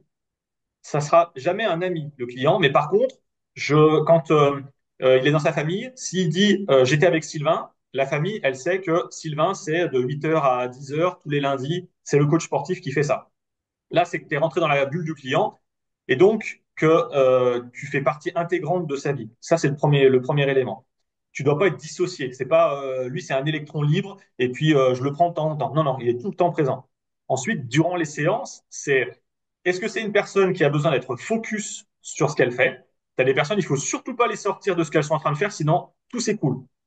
Et à l'inverse, tu as des personnes, si elles sont trop focus, au bout d'un moment, elles papillonnent, elles n'arrivent plus à rester dedans. Donc eux, c'est plutôt des personnes, elles, c'est plutôt des personnes à qui je raconte des blagues, on fait des jeux, j'aime bien déguiser. C'est comme ça, ma mère était dans une garderie, donc on se déguisait tout le temps, donc c'est passé comme ça. Et après, on se raconte des histoires. On parle de politique, on parle de, alors c'est pas toujours une bonne idée, mais on parle de, je sais pas, du temps qu'il fait, des choses comme ça. Et les entraînements passent. Et comme ça passe, et ben, voilà, c'est moins coûteux d'un point de vue psychologique. En tout cas, je trouve. Il y a des gens qui vont me dire, ouais, mais du coup, tu les sors de l'entraînement. Ouais, mais c'est des gens qui sortent de toute façon de l'entraînement. Quand c'est trop long, quand c'est trop dur, et que ça fait des mois que tu le suis, bah, à un moment, ils sortent. Voilà, ils sont plus dedans. Ouais, je pense que c'est important ce que tu as mis en avant, la relation que tu développes avec ton client. Il y a une phrase qui m'avait toujours marqué d'une coach, une préparatrice physique au Canada qui s'appelle Carmen Bott, qui travaille beaucoup dans la lutte et dans le hockey, si je ne me trompe pas, et qui avait dit un jour, il faut il faut coacher tes clients de manière à ce qu'ils puissent s'entraîner seuls, Ouais. mais il faut les traiter de telle manière à ce qu'ils ne veuillent jamais partir. Et c'est dans cette relation en fait que tu développes avec eux que tu vas les fidéliser. Et il y a forcément cette réflexion autour de la dépendance, hein, l'interdépendance entre le client et le coach, le préparateur physique, l'aspect forcément financier pour le coach, l'aspect peut-être plus émotionnel, sécuritaire pour le client. Donc ça, il faut aussi y penser un petit peu. Mais c'est vrai que créer des relations de ce point de vue-là, sur le plan professionnel, comme on l'a dit, ça permet de rendre les choses beaucoup plus chouettes quand même. Ouais, bah, oui, oui, c'est clair. Et puis, nous, d'un point de vue coach, puisqu'il y a beaucoup de gens qui t'écoutent, qui sont coachs ou entraîneurs ou préparateurs physiques, et notre objectif, en fait, c'est de vivre longtemps de notre passion et de notre métier. Donc, il n'y a pas que ce client-là qui va nous faire vivre. Ce client-là, il faut tout faire pour que il atteigne ses objectifs, qu'il soit content de la relation que vous avez eue. Et s'il s'en va, qu'il parle en positif de toi. Et comme tu disais, moi, je suis pas quelqu'un de connu. Je pense que l'immense majorité des gens qui vont regarder ce podcast savent pas qui je suis. C'est pas grave, c'est un choix que j'ai fait. Mais j'ai quand même tous les jours des appels de clients parce que par le bouche à oreille, les gens qui ont bossé avec moi étaient satisfaits, donc ils en ont fait de la promotion. Et je pense que c'est une bonne manière de, de faire sa promo et de faire son, comment dire, ouais, sa légende un peu. C'est trop fort, légende, mais je veux dire Réputation. son aura, sa réputation. Ouais, voilà. Ouais, on en a parlé dans le podcast qu'on a fait avec Flora, avec Lynn et avec Ash aussi au mois de décembre. Je crois qu'il sort à la fin du mois. Et bah, c'est exactement ça, en fait. T'es l'exemple parfait que t'as pas besoin d'être sur les réseaux pour avoir une clientèle, pour pouvoir fonctionner en tant que coach. C'est pareil pour Lynn et Ash qui sont bourrés de clients et qui doivent même en refuser, où il y a des listes d'attente, alors qu'elles n'ont pas de présence sur Instagram et autres, parce que le bouche à oreille fonctionne tellement bien si tu fais bien ton boulot. Hein, c'est ça, il faut d'abord être le meilleur dans ce que tu fais ou la meilleure version de toi-même dans ce que tu fais. Ensuite, il faut faire en sorte qu'un maximum de gens le sachent. Et ça, ça peut être le cas. Ça peut être le cas sur les réseaux, mais c'est pas nécessaire de le faire forcément sur les réseaux. Non, non, c'est clair. Il y a plein de manières de faire. Moi, je critique pas ça. Je pense que je sais pas faire. Je pense que je suis un vieux con. Ça se voit pas, mais je suis tout blanc. Et ouais, je pense que euh, ce qui compte, c'est que la manière que tu as de te promouvoir te corresponde. C'est Hmm. juste ça. Du moment que tu es en accord avec ce que tu fais, ça va. Si t'es pas en accord avec ce que tu fais, tu te trahis. Donc, au bout d'un moment, tu vas plus supporter. Donc, voilà, moi, j'avais pas envie de m'exposer, entre guillemets. Aujourd'hui, je m'expose un poil plus en faisant des podcasts, mais voilà, c'est un choix, c'est comme ça. Voilà. Euh, tu l'as mentionné en passant tout à l'heure. Tu as dit, il y a des choses sur la Force Max en endurance, tu n'as pas vraiment changé d'avis. Ton hypothèse de base était solide et elle tient avec les connaissances actuelles. Quels sont les sujets sur lesquels tu as le plus changé d'avis au cours de ta carrière? Où tu me prends de court là. Sur quoi j'ai beaucoup changé d'avis? Je sais pas, peut-être les étirements. Je suis devenu beaucoup plus modéré parce qu'à la faculté, c'était très les anti, les archi-pour et guerre entre les deux. Et Ouais. il n'y a pas de juste milieu. Bah, aujourd'hui, je suis beaucoup plus modéré. Je suis globalement pour qu'on s'étire, mais dans des conditions et des posologies, j'allais dire, des protocoles particuliers. Et j'en mets beaucoup plus qu'avant. Peut-être parce que je vieillis et que je me rends compte que j'ai besoin aussi d'être un peu plus mobile. Parce que j'ai jamais été très mobile, même dans les sports de combat. J'étais un puncher, donc j'avais pas besoin de lever souvent la jambe. Et sur quoi j'ai pas mal évolué? Je pense, déjà, j'ai détesté toute ma vie tout ce qui était endurance. J'ai détesté ça toute ma vie. Et donc, toi, tu m'as donné le goût de la course à pied, l'intérêt de la zone 2. C'est positif ce que je veux dire, mais on a mangé de la zone 2 avec tes contenus. On s'est dit, purée, quand même qu'on essaye la zone 2, quoi. Et puis, on se rend compte que ça marche. Mais en fait, si on réfléchit, nos vieux entraîneurs, ceux qui avaient 60 ans quand on était gamin, ils nous disaient quoi? Tant que t'as pas fait ton volume, tu fais pas de l'intensité. Ils nous disaient déjà ça à l'époque, tu vois. C'est vrai ou pas? Comme on l'a dit au début, il n'y a rien de nouveau. Et oui. Et, et là-dessus, je pense que ouais, j'ai pas mal évolué. Alors après, voilà, moi quand je cours 200 mètres, j'en ai déjà marre. Et je m'y suis mis. Et toi, maintenant, je suis capable de courir 1 heure d'affilée. Et là-dessus, j'ai pas mal évolué parce que je mettais, honnêtement, on est tous passés par la zone où on mettait que de l'intensité. Intensité, intensité, très grosse intensité. Hmm, Et puis aujourd'hui, tu vois, sur plein d'aspects, je me rends compte que bon, trop d'intensité sur le long terme, c'est pas fou. mhm, mhm. Euh, Est-ce que tu peux parler de l'importance de pouvoir ou de savoir ou d'accepter de changer d'avis dans notre métier, mais dans la vie en général, et le danger des certitudes? Ah oui, oui. Ben, en fait, c'est marrant parce que avec le recul maintenant, tu peux constater ta vie et te rendre compte que quand tu es gamin, tu sors de la fac, tu as fait 95% en anatomie, tu dis, je suis un dieu, je suis un dieu, donc je vais aller enseigner et je vais dire, c'est comme ça. Et c'est pas autrement. Et dans 2000 ans, ça sera comme ça. Mais non, c'est pas possible. Déjà, les gens t'écoutent moins. Je pense que tu réduis beaucoup l'audience des gens qui acceptent d'écouter ton discours quand tu es très certain, très, comment dire, caricatural des choses. Hmm. Plus tu modères ton discours, plus tu es capable de montrer des nuances, plus tu es capable de dire, bah, je sais pas, là, j'en sais rien, j'ai jamais rien vu là-dessus, ou alors, je sais, ouais, peut-être que ça n'existe pas, je sais pas. Eh ben, tu te rends compte que les gens, finalement, te donnent de la crédibilité. Alors, c'est sûr, si tu dis je sais pas à chaque question, oui, bon, là, c'est autre chose. Mais euh, oui, aujourd'hui, on a trop de personnes qui savent. Honnêtement, on ne sait pas grand-chose. Plus on apprend, plus on se rend compte de l'immensité de notre totale inculture et méconnaissance des choses. Euh, Toutes les études scientifiques que je lis finissent par il serait nécessaire que l'on fasse davantage d'études ou que nos connaissances progressent sur tel ou tel domaine pour pouvoir confirmer les résultats. Ben, ça devrait être la base de tout ce qu'on fait. Et c'est pour ça que je précise, ce que je vous dis là, c'est ce que je comprends de ce que j'ai lu, mais ça se trouve, je dis n'importe quoi. Alors n'importe quoi, non, mais peut-être qu'il y a un détail dans ce que j'ai dit qui est pas bon, parce qu'on maîtrise pas suffisamment finement le protocole ou le mécanisme. Et c'est vrai que quand je regarde une étude scientifique maintenant très très poussée, vraiment des trucs très très très très très pointus, Je vois 5, 6 mots que je comprends pas. Mais attends, ça fait 10 ans que je lis 5, 6 articles scientifiques par jour et je comprends pas 5 mots. Qu'est-ce que c'est que ce BINS? Je clique sur chacun des 5 mots. Donc ça m'ouvre 5 définitions ou nouveaux articles. À l'intérieur, je vais en trouver d'autres. Et à la fin, mon PC, là, je peux pas vous le montrer, mais je dois avoir 200 onglets. Et au bout d'un moment, je fais, bon, bah, je suis obligé d'abandonner là, parce que j'en ai pour 200 heures. Donc, j'en enlève 80%, et puis j'en sélectionne quelques-uns. Et là, je me dis, ouais, ok, bon, ok, tu sais rien en fait. Hmm.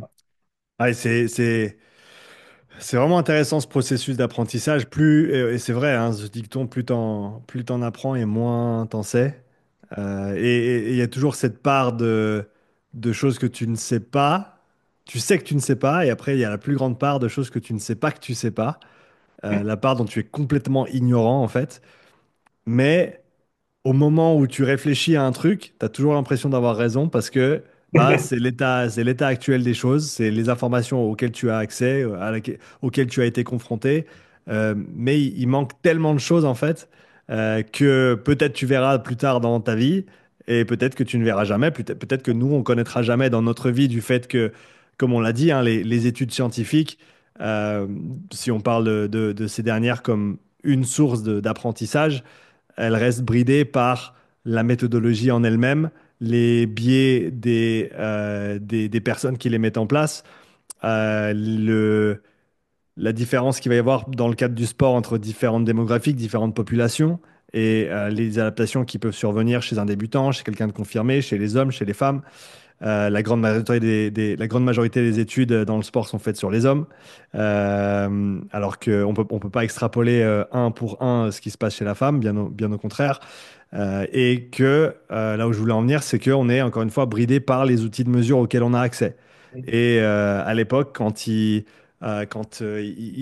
analysaient le sang des cerfs qui étaient chassés et qui voyaient qu'il y avait du lactate dedans et qui disaient, ah ben ils sont fatigués, il y a du lactate, donc lactate égale fatigue. Bah, ça avait du sens parce que c'est ce à quoi ils avaient accès. Maintenant, on sait qu'il y a d'autres molécules qui sont en jeu, qui sont parallèles au lactate, etc. Mais encore une fois, c'est les outils de mesure qui nous brident. Et donc, on peut jamais être trop certain en fait de ce qu'on comprend parce qu'il faut toujours laisser au minimum une petite place pour les choses qu'on ne connaît pas encore, qu'on ne comprend pas encore. Ben oui. Et justement, en fait, je pense que on a trop l'habitude de prendre ce qu'on sait comme la fin de l'apprentissage de cette matière, alors qu'en fait, ce n'est que le début. Euh, Parce que ça va t'emmener sur des choses dont cette chose-là dépend, je veux dire. Tu vois, en fait, comme tu expliquais tout à l'heure, on regarde de tout petit, on comprend plein de choses là, mais qu'est-ce qui se passe si cette chose-là, on l'applique à un système plus grand? Et encore plus grand, et encore plus grand, et encore plus grand. Et on se dit, ah ouais, mince, du coup, il va falloir que je développe d'autres compétences pour comprendre les implications. Et ça devient tentaculaire. Mais c'est ça qui est beau. Mais C'est bah, c'est magnifique même, je dirais, parce que bah, pour ceux qui sont curieux, comme toi et moi, ça fait que tu n'as jamais terminé d'apprendre. Et là, par exemple, je commence à m'intéresser à ce qui se passe au niveau des processus physiques à l'intérieur des cellules, au niveau de la lumière, au niveau des photons, des électrons, etc. Donc, il faut que je me replonge dans la physique de base, dans la chimie, dans l'interaction entre différentes molécules. Et c'est des trucs que j'ai pas touché depuis que j'étais au gymnase. Mais c'est génial de se replonger là-dedans et de se dire, quand j'étais jeune, j'avais qu'une envie, c'est fermer le bouquin et sortir de classe et aller faire la fête. Et là, maintenant, je me replonge dedans et faut m'arrêter, quoi. Mais c'est vraiment chouette comme processus. Par contre, on a aussi le fait que, on dit, il y a ce dicton que je trouve super intéressant, qui dit que la science avance un enterrement à la fois. C'est-à-dire qu'il y a aussi, malgré le fait qu'on pense de la science comme étant quelque chose de pur, comme étant non biaisé, ben, c'est des humains qui mettent en place les études. Et c'est très très dur de passer une portion de ta vie ou même ta vie entière sur un sujet pour finalement te rendre compte que peut-être qu'il y avait un élément que tu avais manqué ou que tu n'avais pas accès à certains outils de mesure qui font que tout est remis en question et c'est pas forcément facile de lâcher ça en cours de route. non. Mais moi, ça me fait beaucoup penser ça aux rois qui commandaient des cathédrales ou des palais et qui savaient qu'ils n'en verraient jamais le jour parce qu'il faudrait 20 ans pour le construire. En fait, alors nous, on n'est pas à ce stade-là parce qu'on n'est pas chercheur, mais on essaie de contribuer au fait que la culture scientifique adaptée au sport progresse. En tout cas, c'est ce qu'on essaie de faire. Donc, ce qu'on est en train de mettre en place, peut-être que ça germera que dans 20 ans, peut-être que ça a déjà commencé à germer, mais en fait, il faut nous aussi qu'on enlève de notre ego en se disant, c'est pas grave si ce qu'on a fait aujourd'hui n'est utile que dans 20 ou 30 ans, parce qu'on aura été une petite part d'un énorme tout qui fait progresser pas mal de monde et qui peut-être aidera nos enfants, nos petits-enfants ou leurs amis, j'en sais rien. C'est ça qui est beau aussi. Il faut qu'on arrive à voir plus loin que nous-mêmes. On est trop sur nous et c'est aussi pour ça qu'on croit qu'on va tout savoir. Non, on comprend des choses, on essaie de les comprendre en tout cas, on le montre aux autres. Quand il y a des nouvelles choses, on essaie de l'apporter. Quand on s'est trompé, on essaie de le dire. Et puis, bah, bout à bout, ça fait un truc qui est beau, quoi. Ouais, ouais, c'est ça, c'est la recherche de la vérité avec un grand V. Et c'est pas le fait d'avoir raison, c'est le fait d'essayer de comprendre ce qui est vrai, quitte à avoir tort. Et je pense qu'avoir tort, c'est même des fois plus important que d'avoir raison parce que tu apprends quelque chose. Quand Exactement. tu as raison sur quelque chose, ben c'est cool, tu as raison, bravo. Mais quand tu as tort, eh ben, tu vas devoir te remettre en question, tu vas devoir changer ta perspective, changer un paradigme. Mais c'est des choses qui même émotionnellement sont coûteuses. Hein. Je me rappelle, par exemple, sur la bioénergétique, là où j'avais commencé un peu mes balbutiements sur YouTube il y a quelques années en arrière, je me rappelle que j'avais vu on va dire, un nouveau modèle ou cette nouvelle manière d'aborder les filières énergétiques. Je l'avais vu 2 ans auparavant sur des vidéos éducationnelles de Evan Pycon, qui était dans le CrossFit à l'époque avec Training Think Tank, une organisation de coaching bien, bien renommée dans le domaine. Et je me rappelle, j'avais un peu entrevu du coin de l'œil cette nouvelle manière d'aborder les choses, mais j'étais occupé avec d'autres trucs à ce moment-là, et je me suis littéralement dit, et je m'en rappelle, ouais, non, là, j'ai pas le temps de tout réapprendre et de remettre en question tout ce que j'ai appris, donc je l'ai mis de côté. Et il s'avère que première année de la pandémie, le dos qui était en vrac, couché sur le canapé, je me suis dit, allez, c'est le moment de se plonger dedans. J'ai écouté le truc 5 fois et j'ai commencé le processus pour réapprendre. Mais ça a un certain coût aussi de tout remettre à niveau et de reprendre des choses et de se remettre en question, ce qui n'est pas nécessairement évident. Ouais, c'est dur. Ouais, c'est très dur. Et puis, ça me fait penser à beaucoup de personnes qui viennent me voir en me disant, bah, tu vois, là, tu t'es trompé.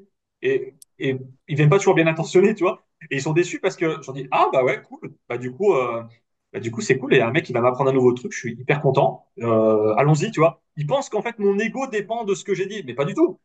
Je me suis trompé. Bah, soit je me suis trompé. Et je pense que je me suis trompé à peu près toute ma vie sur des tout petits éléments. C'est pas grave. Ça, c'est pas du tout un souci. Et en effet, il y a peu de monde qui essaie de faire ça en étant bien intentionné, bienveillant, sans chapelle. Comme j'explique très souvent, pareil pour mes interventions ou mes formations en ligne, j'ai pas de chapelle. Je n'ai pas d'a priori sur. Enfin, j'essaye d'avoir le moins d'a priori possible quand je lis quelque chose et j'en tire un élément que j'essaie de comprendre et que je transmets aux autres. Mais si quelque chose me donne une information inverse, je vais le signaler. Je vais le poster dans mes formations, c'est toujours écrit, il y a une étude qui dit ça, il y a une étude qui dit le contraire. Il est probable que cette étude-là soit un peu plus efficace parce que le protocole est mieux ficelé, mais c'est difficile de conclure. Hmm. Et je pense qu'il y a beaucoup de gens qui ne sont pas capables de faire ça, non pas parce qu'ils sont incompétents, mais parce qu'ils ont des petites chapelles à défendre. Ils préfèrent que ce soit plutôt ce courant de pensée-là qui gagne plutôt que ce courant de pensée-là. Et Hmm. ça, c'est quelque chose qui gangrène un petit peu notre monde. Faut pas avoir des courants de pensée. Il faut réfléchir, essayer d'avoir des idées, les mettre en place et être capable de se contredire et de se dire bon bah ok, bah, j'évolue, c'est pas grave, j'ai pensé ça pendant un moment, je change. Et je pense que les réseaux sociaux sont quelque chose qui pousse malheureusement à être dans ce côté un petit peu extrémiste parfois parce qu'on veut pas devant les autres se contredire. Mais pourquoi? C'est pas grave de se contredire. Et ça aide pas que les algorithmes sont faits de telle manière à ce qu'on entende ce qu'on veut entendre pour qu'on reste plus souvent sur les Ouais. plateformes et qu'en fait ça renforce cette chambre à écho et qu'au final tu es maintenant assez rarement confronté à des choses avec lesquelles tu n'es pas d'accord, en tout cas pas autant que ce qui pourrait être le cas, qui serait très enrichissant. Alors si tu as cette approche-là de l'information parce que ça te permet de te confronter à des choses avec lesquelles tu n'es pas d'accord, faut se remettre en question, faut penser de manière critique, faut revenir Oui. aux principes fondamentaux. Mais encore une fois, c'est pas quelque chose qui va encourager aujourd'hui. Et je veux dire, et on peut l'étendre même au niveau scolaire où t'apprends par cœur et trois jours après, t'as tout oublié. Euh, Contrairement à ce qu'on disait au début, où si tu intègres l'information, si tu la contextualises, on peut faire de nous des êtres mieux pensants peut-être, dans le sens où on a cette approche critique de l'information. Je me rappelle avoir vu un truc en ligne il y a 2 ou 3 ans et ça sortait complètement de tout ce que j'avais vu auparavant. Euh, et on m'a demandé, ouais, qu'est-ce que tu en penses? Et j'ai dit, honnêtement, je ne sais pas ce que je peux en penser parce que j'ai jamais entendu ça. J'ai pas eu le temps de creuser toutes les informations sous-jacentes ou les choses qui y sont connectées. Donc, il faut que j'investigue la question. Mais là, je sais pas. Tu vois, juste parce que tu es confronté à une information, t'es pas obligé d'avoir un avis dessus. Oui, Mais tout le monde a son avis sur tout. oui, oui. C'est ce que je dis tout le temps. Mon avis, on s'en fiche. Que je pense. Très souvent, j'ai des questions. Tu sais, je fais quelques petits podcasts par-ci par-là et j'ai des centaines de questions. Et le plus souvent, ça commence par tu penses quoi? Et très souvent, je dis mais je pense rien. Je vais te dire ce que j'ai compris en lisant, mais je ne veux pas te donner l'avis de Sylvain Druguet parce que l'avis de Sylvain Druguet n'a aucune importance. Aucune importance. Je ne suis rien ni personne. Qu'est-ce que ça vaudrait? Je suis qui? C'est pas moi qui définis comment la matière se module. Donc, mon avis n'a pas d'importance. Et après, quand je suis obligé de donner mon avis parce qu'il y a quelque chose où voilà, on me demande de trancher, je dis bah, ok, mais ça n'a aucune valeur scientifique. Je te dis ce que je pense là maintenant, mais ça n'a aucune valeur scientifique. Et ça, Ouais. ils ont du mal à, souvent, ils ont du mal à l'entendre, les gens. Ils veulent des avis tranchés. Ouais, c'est marrant parce que c'est le genre de questions que je reçois aussi. Et ce que je fais maintenant, c'est qu'avant de répondre, je dis, et toi, t'en penses quoi? Ça, c'est bien toi, ça. Parce que, parce que au final, pourquoi est-ce qu'ils veulent mon avis? Moi, je veux qu'ils aient leur avis à eux d'abord. Après, on peut raisonner sur leur avis, sur les bases de leur avis, sur leur expérience, sur les informations qu'ils ont trouvées. Mais il faut qu'on apprenne à former notre propre avis des choses avant de demander à un tel ou un tel déférer à l'autorité ou l'autorité perçue pour avoir la vérité vraie et se dire oui, mais lui a dit ça donc. Et ça, je pense que c'est vraiment quelque chose sur lequel il faut qu'on travaille dans la communauté globale dans laquelle on se trouve, francophone, sportive, etc. Parce que il faut qu'on encourage les gens à penser par eux-mêmes et à décider par eux-mêmes de la qualité d'une information, de savoir discerner d'une bonne ou d'une moins bonne source d'information, de pouvoir croiser ça avec leurs expériences de terrain, etc., etc. Mais faut vraiment, il faut qu'on le travaille, Sylvain. Ok, je suis bien d'accord. Mais tu sais, on est beaucoup influencé par les Américains. Hmm. Parfois, c'est bien, parfois, ça l'est moins. Et les Américains ont beaucoup de chapelles en musculation, notamment. Et même dans les autres, même dans les autres. D'ailleurs, on pense très souvent qu'une étude américaine, elle est plus valable que d'autres études. Ah, j'aime beaucoup l'Amérique, j'aime beaucoup les USA, mais non, c'est rarement vrai. Il y a beaucoup de biais américains. Je peux pas tous les évoquer ici, expliquer pourquoi. Il y a des raisons, voilà, qui font que il y a des influences, il y a des sources d'argent, voilà, des choses qui font que les études américaines sont pas toujours plus valables. Parfois, elles sont même moins. Hmm. Et les grands gourous américains ou même canadiens, pareil, je cite pas de nom, mais il y a des gens, voilà, qui sont très mis en avant, mais qui prêchent pour leur paroisse depuis des années, qui n'ont pas changé d'un iota. Ça, c'est pas bon signe, hein. Hmm. Pas très bon signe. Et donc, oui, il faut qu'on arrive à se dire, c'est pas la pensée de Sean Seal, c'est pas la pensée de Sylvain Druguet, de Vincent Foulonneau, je sais pas qui. C'est ce qu'on comprend à peu près des lectures et on pourra changer. Et c'est pas parce qu'on aura changé que, bah voilà, qu'on aura quitté la chapelle. Non, c'est pas ça. On n'a pas de chapelle tout court. Sans nécessairement citer de nom, parce que c'est pas le but de ce podcast, est-ce qu'il y a des chapelles que tu aimerais bien voir remises en question en 2025? Que ce soit en musculation ou autre? Euh, Bah ouais, en fait, les penseurs en musculation américains, j'aimerais bien qu'ils soient remis à plat parce que je pense, donc ça n'a aucune valeur, mais je pense que l'immense majorité des très connus penseurs américains sont à côté de la plaque sur beaucoup de choses. Il y a beaucoup de mécanismes qu'ils ne comprennent pas, il y a beaucoup de choses qu'ils avancent qui ne sont que des supputations pour le moment, qui n'ont pas été prouvées par des études. Il y a beaucoup de... en fait, très souvent, voilà comment se font les gens qui lisent des études. Ils vont sur PubMed, ils prennent un article, ils lisent le résumé, ils prennent le résumé, ils disent voilà, voilà ce que dit l'étude.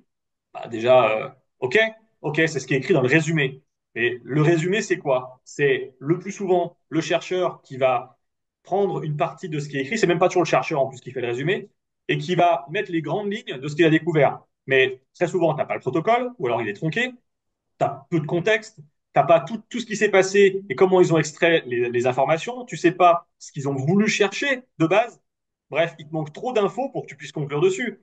Et donc, ces gens-là qui sont sur les réseaux sociaux et qui sont très influents, ils n'ont pas beaucoup de temps, eux, pour faire de la recherche.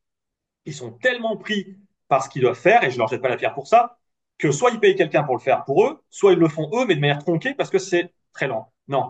Si vous connaissez quelqu'un qui vous fait des résumés sur des études scientifiques et qui prennent moins de 45 minutes à 1 heure par étude, vous savez déjà que c'est quelqu'un qui est passé en diagonale sur l'étude.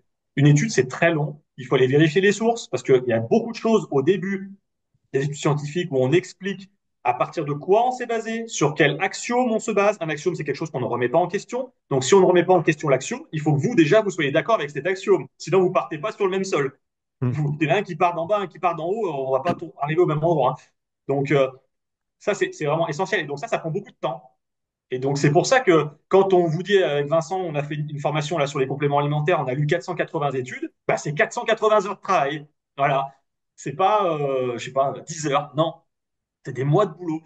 Et donc, c'est pour ça qu'à la fin, ça donne des compréhensions de ce qu'on va raconter qui sont largement supérieures et largement plus profondes que ceux qui vont juste lire le résumé. Parce que certes, ils ont peut-être la réponse, et peut-être que cette réponse, elle est juste, mais tout ce qui est arrivé pour obtenir cette réponse, ils l'ont pas. Du coup, pas de contextualisation possible sur le terrain et pas d'adaptation possible.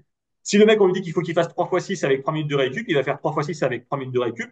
Mais qu'est-ce qui s'est passé pour obtenir ce 3 fois 6 avec 3 minutes de récup? Est-ce que c'est bon pour cette personne-là? Est-ce que tu dois pas adapter ton temps de récup? Est-ce que tu dois pas adapter la charge? Est-ce que tu dois pas adapter tout ça? Parce que le protocole est fait sur tel type de personne. Ben voilà. Du coup, tu es plus capable de le faire sur le terrain.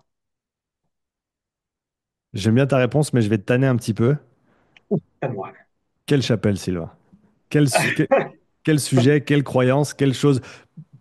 Et ça ne veut pas dire qu'elles sont forcément fausses, mais qu'il faut peut-être qu'on approche avec un peu moins de certitude.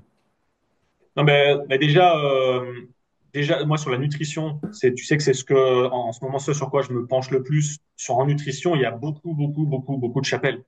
Il y a énormément de chapelles en nutrition. Même plus qu'en sport, ouais. Ouais, voilà.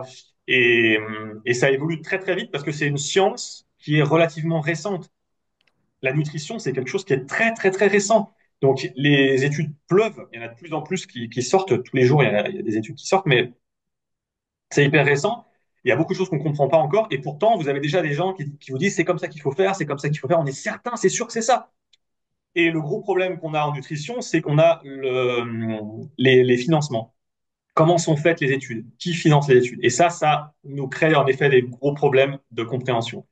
Il y a un sujet sur lequel on peut rarement donner de résultats parce que on sait que les études sont financées par les gens qui vendent ce produit-là. Donc, peut-être qu'ils ont été sincères dans leur étude, mais il y a dans tous les cas conflit d'intérêt. Conflit d'intérêt ne veut pas dire que c'est faux, ça veut juste dire que tu peux douter du résultat. Et quand Marlboro ou comment Phil Morris disait qu'il n'y avait pas de risque de cancer dans les années 20, je crois, voilà, on comprend pourquoi ils faisaient ça. Ils étaient en conflit d'intérêt avec leurs propres études. Bah voilà, on imagine bien que sur des produits très vendus et en plus financés par le gouvernement français, on puisse pas avoir toutes les données qu'on voudrait avoir. Hmm. Et tu me corriges parce que tu connais le domaine bien mieux que moi, mais de ce que je comprends aussi, quand une étude est menée et qu'elle donne peut-être pas le résultat escompté, bah, elle a tendance à pas être publiée. Exactement. Ce qui biaise aussi ensuite la masse d'informations disponibles pour se faire son idée sur la question. Et je ne sais pas quelle proportion d'études menées ne sont pas publiées. Peut-être que tu as plus d'infos que moi là-dessus. Non, parce que on le sait pas. On le sait pas. Non, mais moi j'avais un ami qui travaillait, je peux ni citer son nom parce que ça lui vaudrait sa carrière aujourd'hui. Maintenant, c'est un chercheur connu et voilà, mais c'est quelqu'un qui avait fait des études sur la neuroscience et sur les comportements sexuels et qui avait découvert des choses qui Moi, il m'a raconté, peut-être que c'est pas vrai, je ne sais pas, mais d'après ce qu'il m'avait dit, ça avait un peu défrayé la chronique. Et en fait, comme c'était politisé, le laboratoire dans lequel il avait fait ses études, ils lui ont dit, bon, bah, si tu veux qu'on te file ton doctorat, tu changes de thèse, et puis tu auras ta carrière. Donc, il a dû s'asseoir sur un truc. Si on le disait, moi, je te le dirais en off, mais ça, voilà. Hmm. Ça, en effet, ça ferait jaser. Mhm.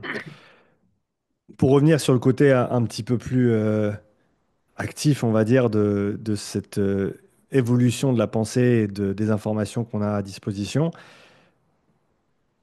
quel est le bon moyen de tester des nouvelles choses sur le terrain, des choses qui n'ont peut-être pas été faites avant, des choses qui sont peut-être différentes de ce qu'on trouve dans les bouquins, dans les études? Parce que bah, souvent, on dit aussi que les études, elles sont faites pour être publiées, c'est-à-dire qu'elles vont être faites pour, entre guillemets, faire un peu plaisir à la personne qui va la lire après.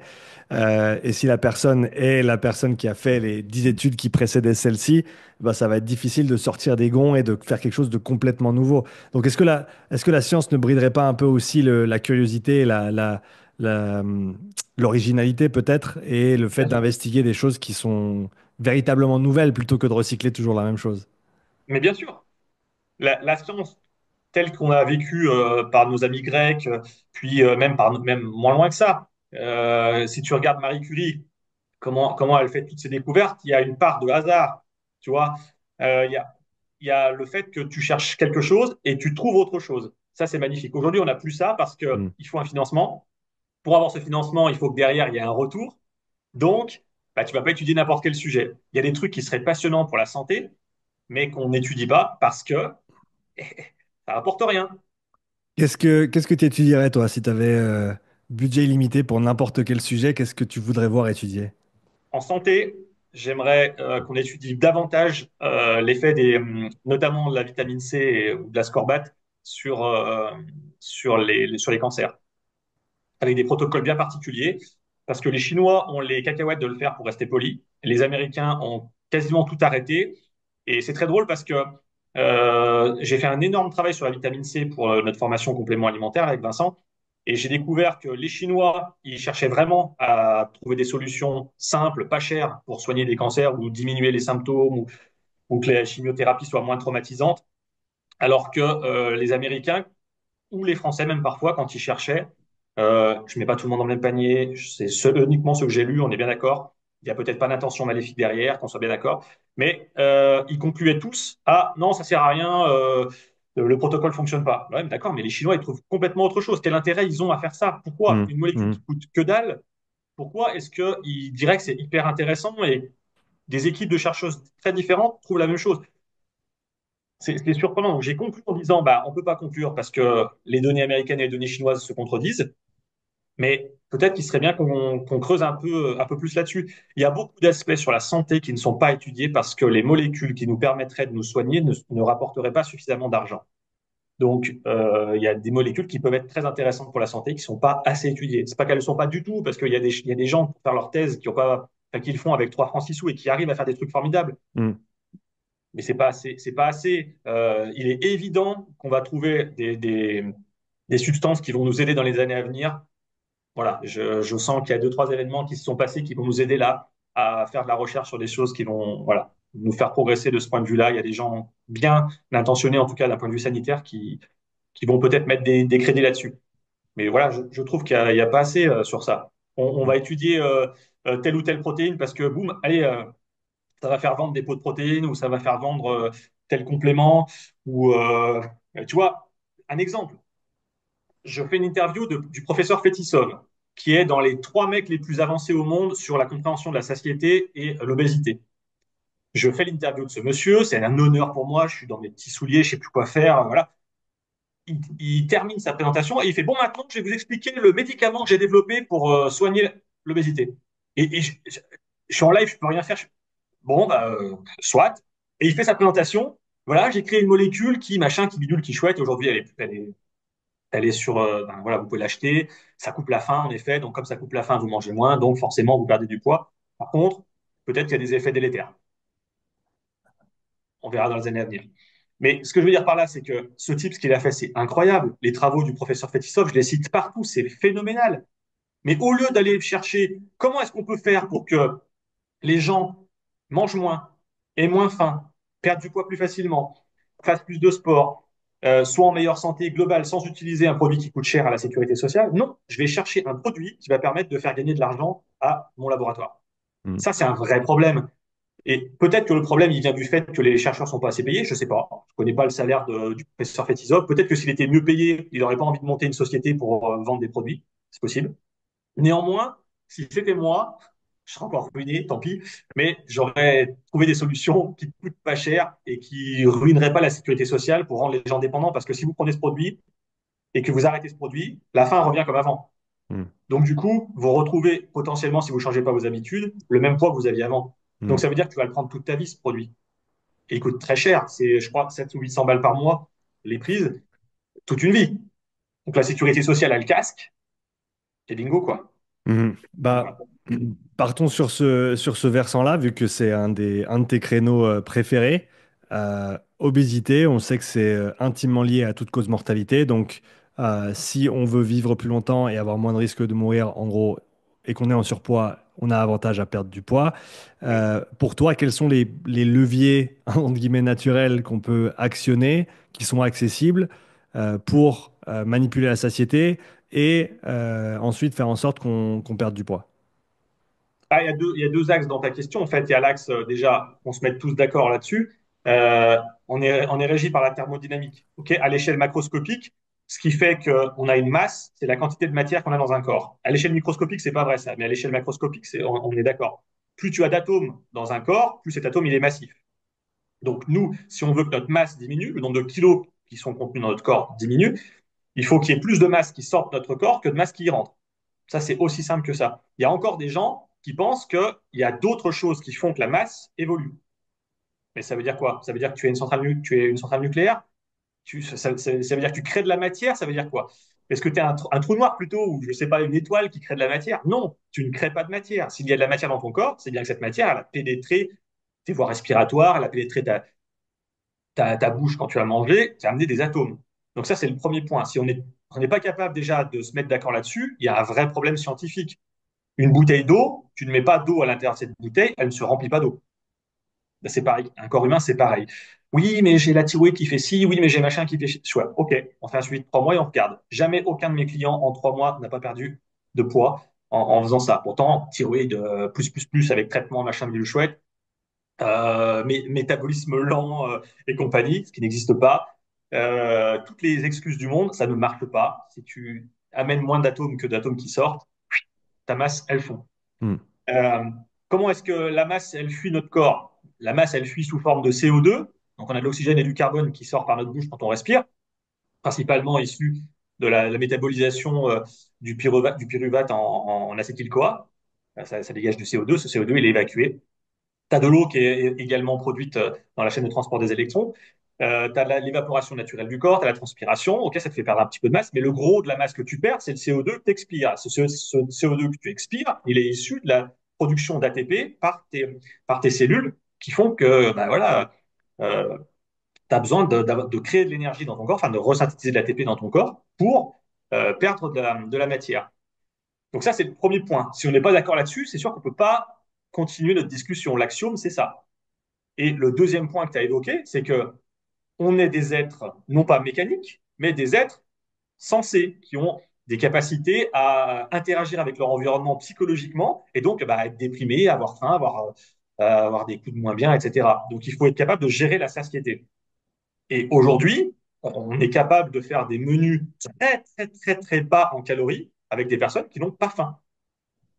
Et ça, c'est tout à fait possible parce que beaucoup de gens pensent que les calories que tu manges vont être, comment dire, renseignées au niveau du cerveau et que le cerveau sait combien de calories il a mangé en se disant, oula, j'ai mangé 2000 calories, j'ai plus faim. Et ça se passe absolument pas comme ça. Aujourd'hui, on a presque 30 marqueurs de la satiété que moi, en tout cas, je connais et que je maîtrise bien. Sur ces 30 marqueurs, il y en a un seul qui compte les calories. C'est PYY. C'est le seul marqueur qui compte les calories.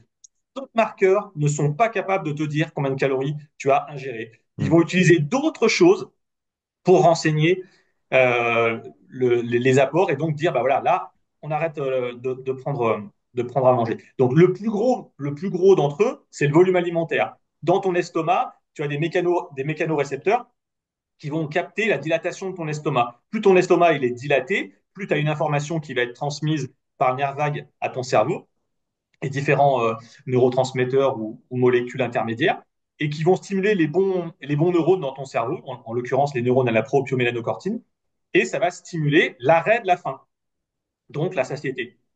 Euh, Ça, c'est un des premiers points, c'est le volume. On comprend très bien qu'on peut prendre un volume alimentaire important sans avoir un volume calorique important. Tu peux donner un exemple de repas ou un ou deux exemples concrets de ce que pourrait faire quelqu'un pour augmenter le volume du repas sans nécessairement décupler la quantité ou l'apport calorique qu'il représente. Ah, déjà, tu prends des aliments qui sont très très peu denses caloriquement parlant. Tout ce qui est légumes, généralement, c'est très volumineux par rapport au nombre de calories qu'elles possèdent. Donc, tu peux prendre aussi la pomme de terre, c'est assez surprenant, mais la pomme de terre, quand elle est cuite à l'eau, si tu la manges froide, elle a un effet acétogène qui est très fort. Pourquoi? Parce que une pomme de terre, c'est très volumineux, ça possède très peu de calories, en gros 80 calories pour 100 grammes. Donc, et dans ces 80 calories, tu as 17 grammes de sucre en moyenne, pas d'amidon. Donc, ça, c'est un élément qui est très, très, très fort. Donc, qu'est-ce que tu peux faire? Bah, tu te fais une salade froide avec des haricots verts, des brocolis, tu coupes ça en. Quoi que non, tu le laisses entier. Tu le laisses entier, comme ça, tu te fais une salade, tu mets ta pomme de terre dessus, tu manges ça froid. Avec ça, tu te rajoutes euh, un filet de poulet que tu as bien cuit, OK? Et par-dessus ça, tu te mets un petit peu de son, tu vois, un petit peu de son. Hop, le son, c'est riche en fibres. Tu manges ça lentement. Quand tu as mangé un tiers, tu fais une petite pause. La pause, ça peut être raconter une blague. Tu racontes une blague à tes potes. Tu reprends. À la fin du deuxième tiers, tu racontes une autre blague. Et tu finis ton repas. Tu as mis 30 minutes à manger, par exemple, 20-25 minutes minimum. Mais qu'est-ce qui s'est passé? Tu as dilaté ton estomac. Tu as laissé le temps à tes marqueurs de la satiété d'arriver au cerveau. Donc, ta prise alimentaire, elle est bien moindre. Et ça marche du feu de Dieu. Et c'est un Hmm. truc tout bête. Et des pommes de terre, ça coûte rien. Des brocolis, ça vaut rien. Les haricots verts, ça vaut rien. Il n'y a que le poulet qui va te coûter un petit peu cher. Mais bon, t'es pas obligé d'en manger non plus des tonnes chaque jour. Hmm. Ouais, mais donc voilà, et ça c'est un point très très simple qu'on peut mettre en place si on veut réduire son apport calorique par rapport par rapport à ce qu'on mange. Est-ce qu'il y a d'autres leviers principaux sur lesquels tu aimes actionner ou appuyer pour ce qui est de la perte de poids? Bah, alors, en termes d'aliments, tout ce qui est riche en protéines et en fibres est relativement satiétogène. Donc, le fait d'augmenter sa quantité de protéines consommées, c'est un effort et un effet de levier puissant. Les fibres, pareil. Il y a une néoglucogénèse qui se passe au niveau de l'intestin qui était assez peu connue, mais qui active deux récepteurs qui permettent donc de deux fois dire au cerveau, il faut que tu arrêtes la prise alimentaire. Par contre, ça prend du temps. Donc, c'est pour ça qu'il faut manger en plusieurs étapes, si possible faire des pauses, discuter. C'est pour ça que je suis pour le fait qu'on arrête de regarder la télé en mangeant, qu'on partage le pain avec ses enfants, avec sa femme, son mari, peu importe. Euh, on retrouve le rituel. C'est un rituel, le repas. C'est pas pour rien que dans toutes les religions, c'est un élément central. C'est un rituel, c'est un moment qu'on partage avec les autres. Parce que généralement, on prend plus de temps pour le faire, du coup, et ça diminue le nombre de calories qu'on ingère généralement dans un repas. Après, comment est-ce qu'on s'y prend? Ce qu'il faut, c'est que la personne, elle soit, encore une fois, elle adhère à ce que tu lui dis, quel est son objectif bien en tête, et qu'elle se rende compte que ça va pas durer 20 ans. Si tu vas voir un diététicien classique actuel, je fais une petite pause, euh, tu, ils vont te dire, oui, bah voilà, madame, ça fait 25 ans que vous prenez du poids, vous êtes à plus 30 par rapport à votre poids normal, on va dire où vous seriez en bonne santé, et je vous propose un déficit calorique de 100 kilocalories par jour. Vous pourrez revenir dans 2500 ans pour dire si vous avez perdu suffisamment ou pas. Mais non, arrêtez d'avoir peur de mettre les gens dans des situations catastrophiques.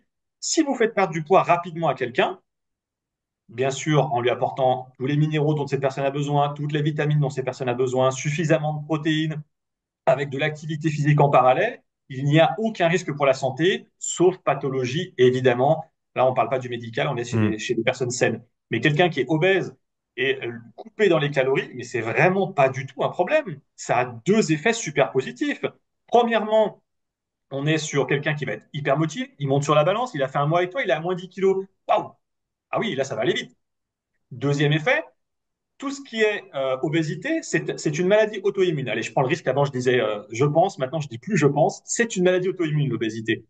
Toutes nos hormones se retournent contre nous. Tout Hmm. notre système se met en place contre nous.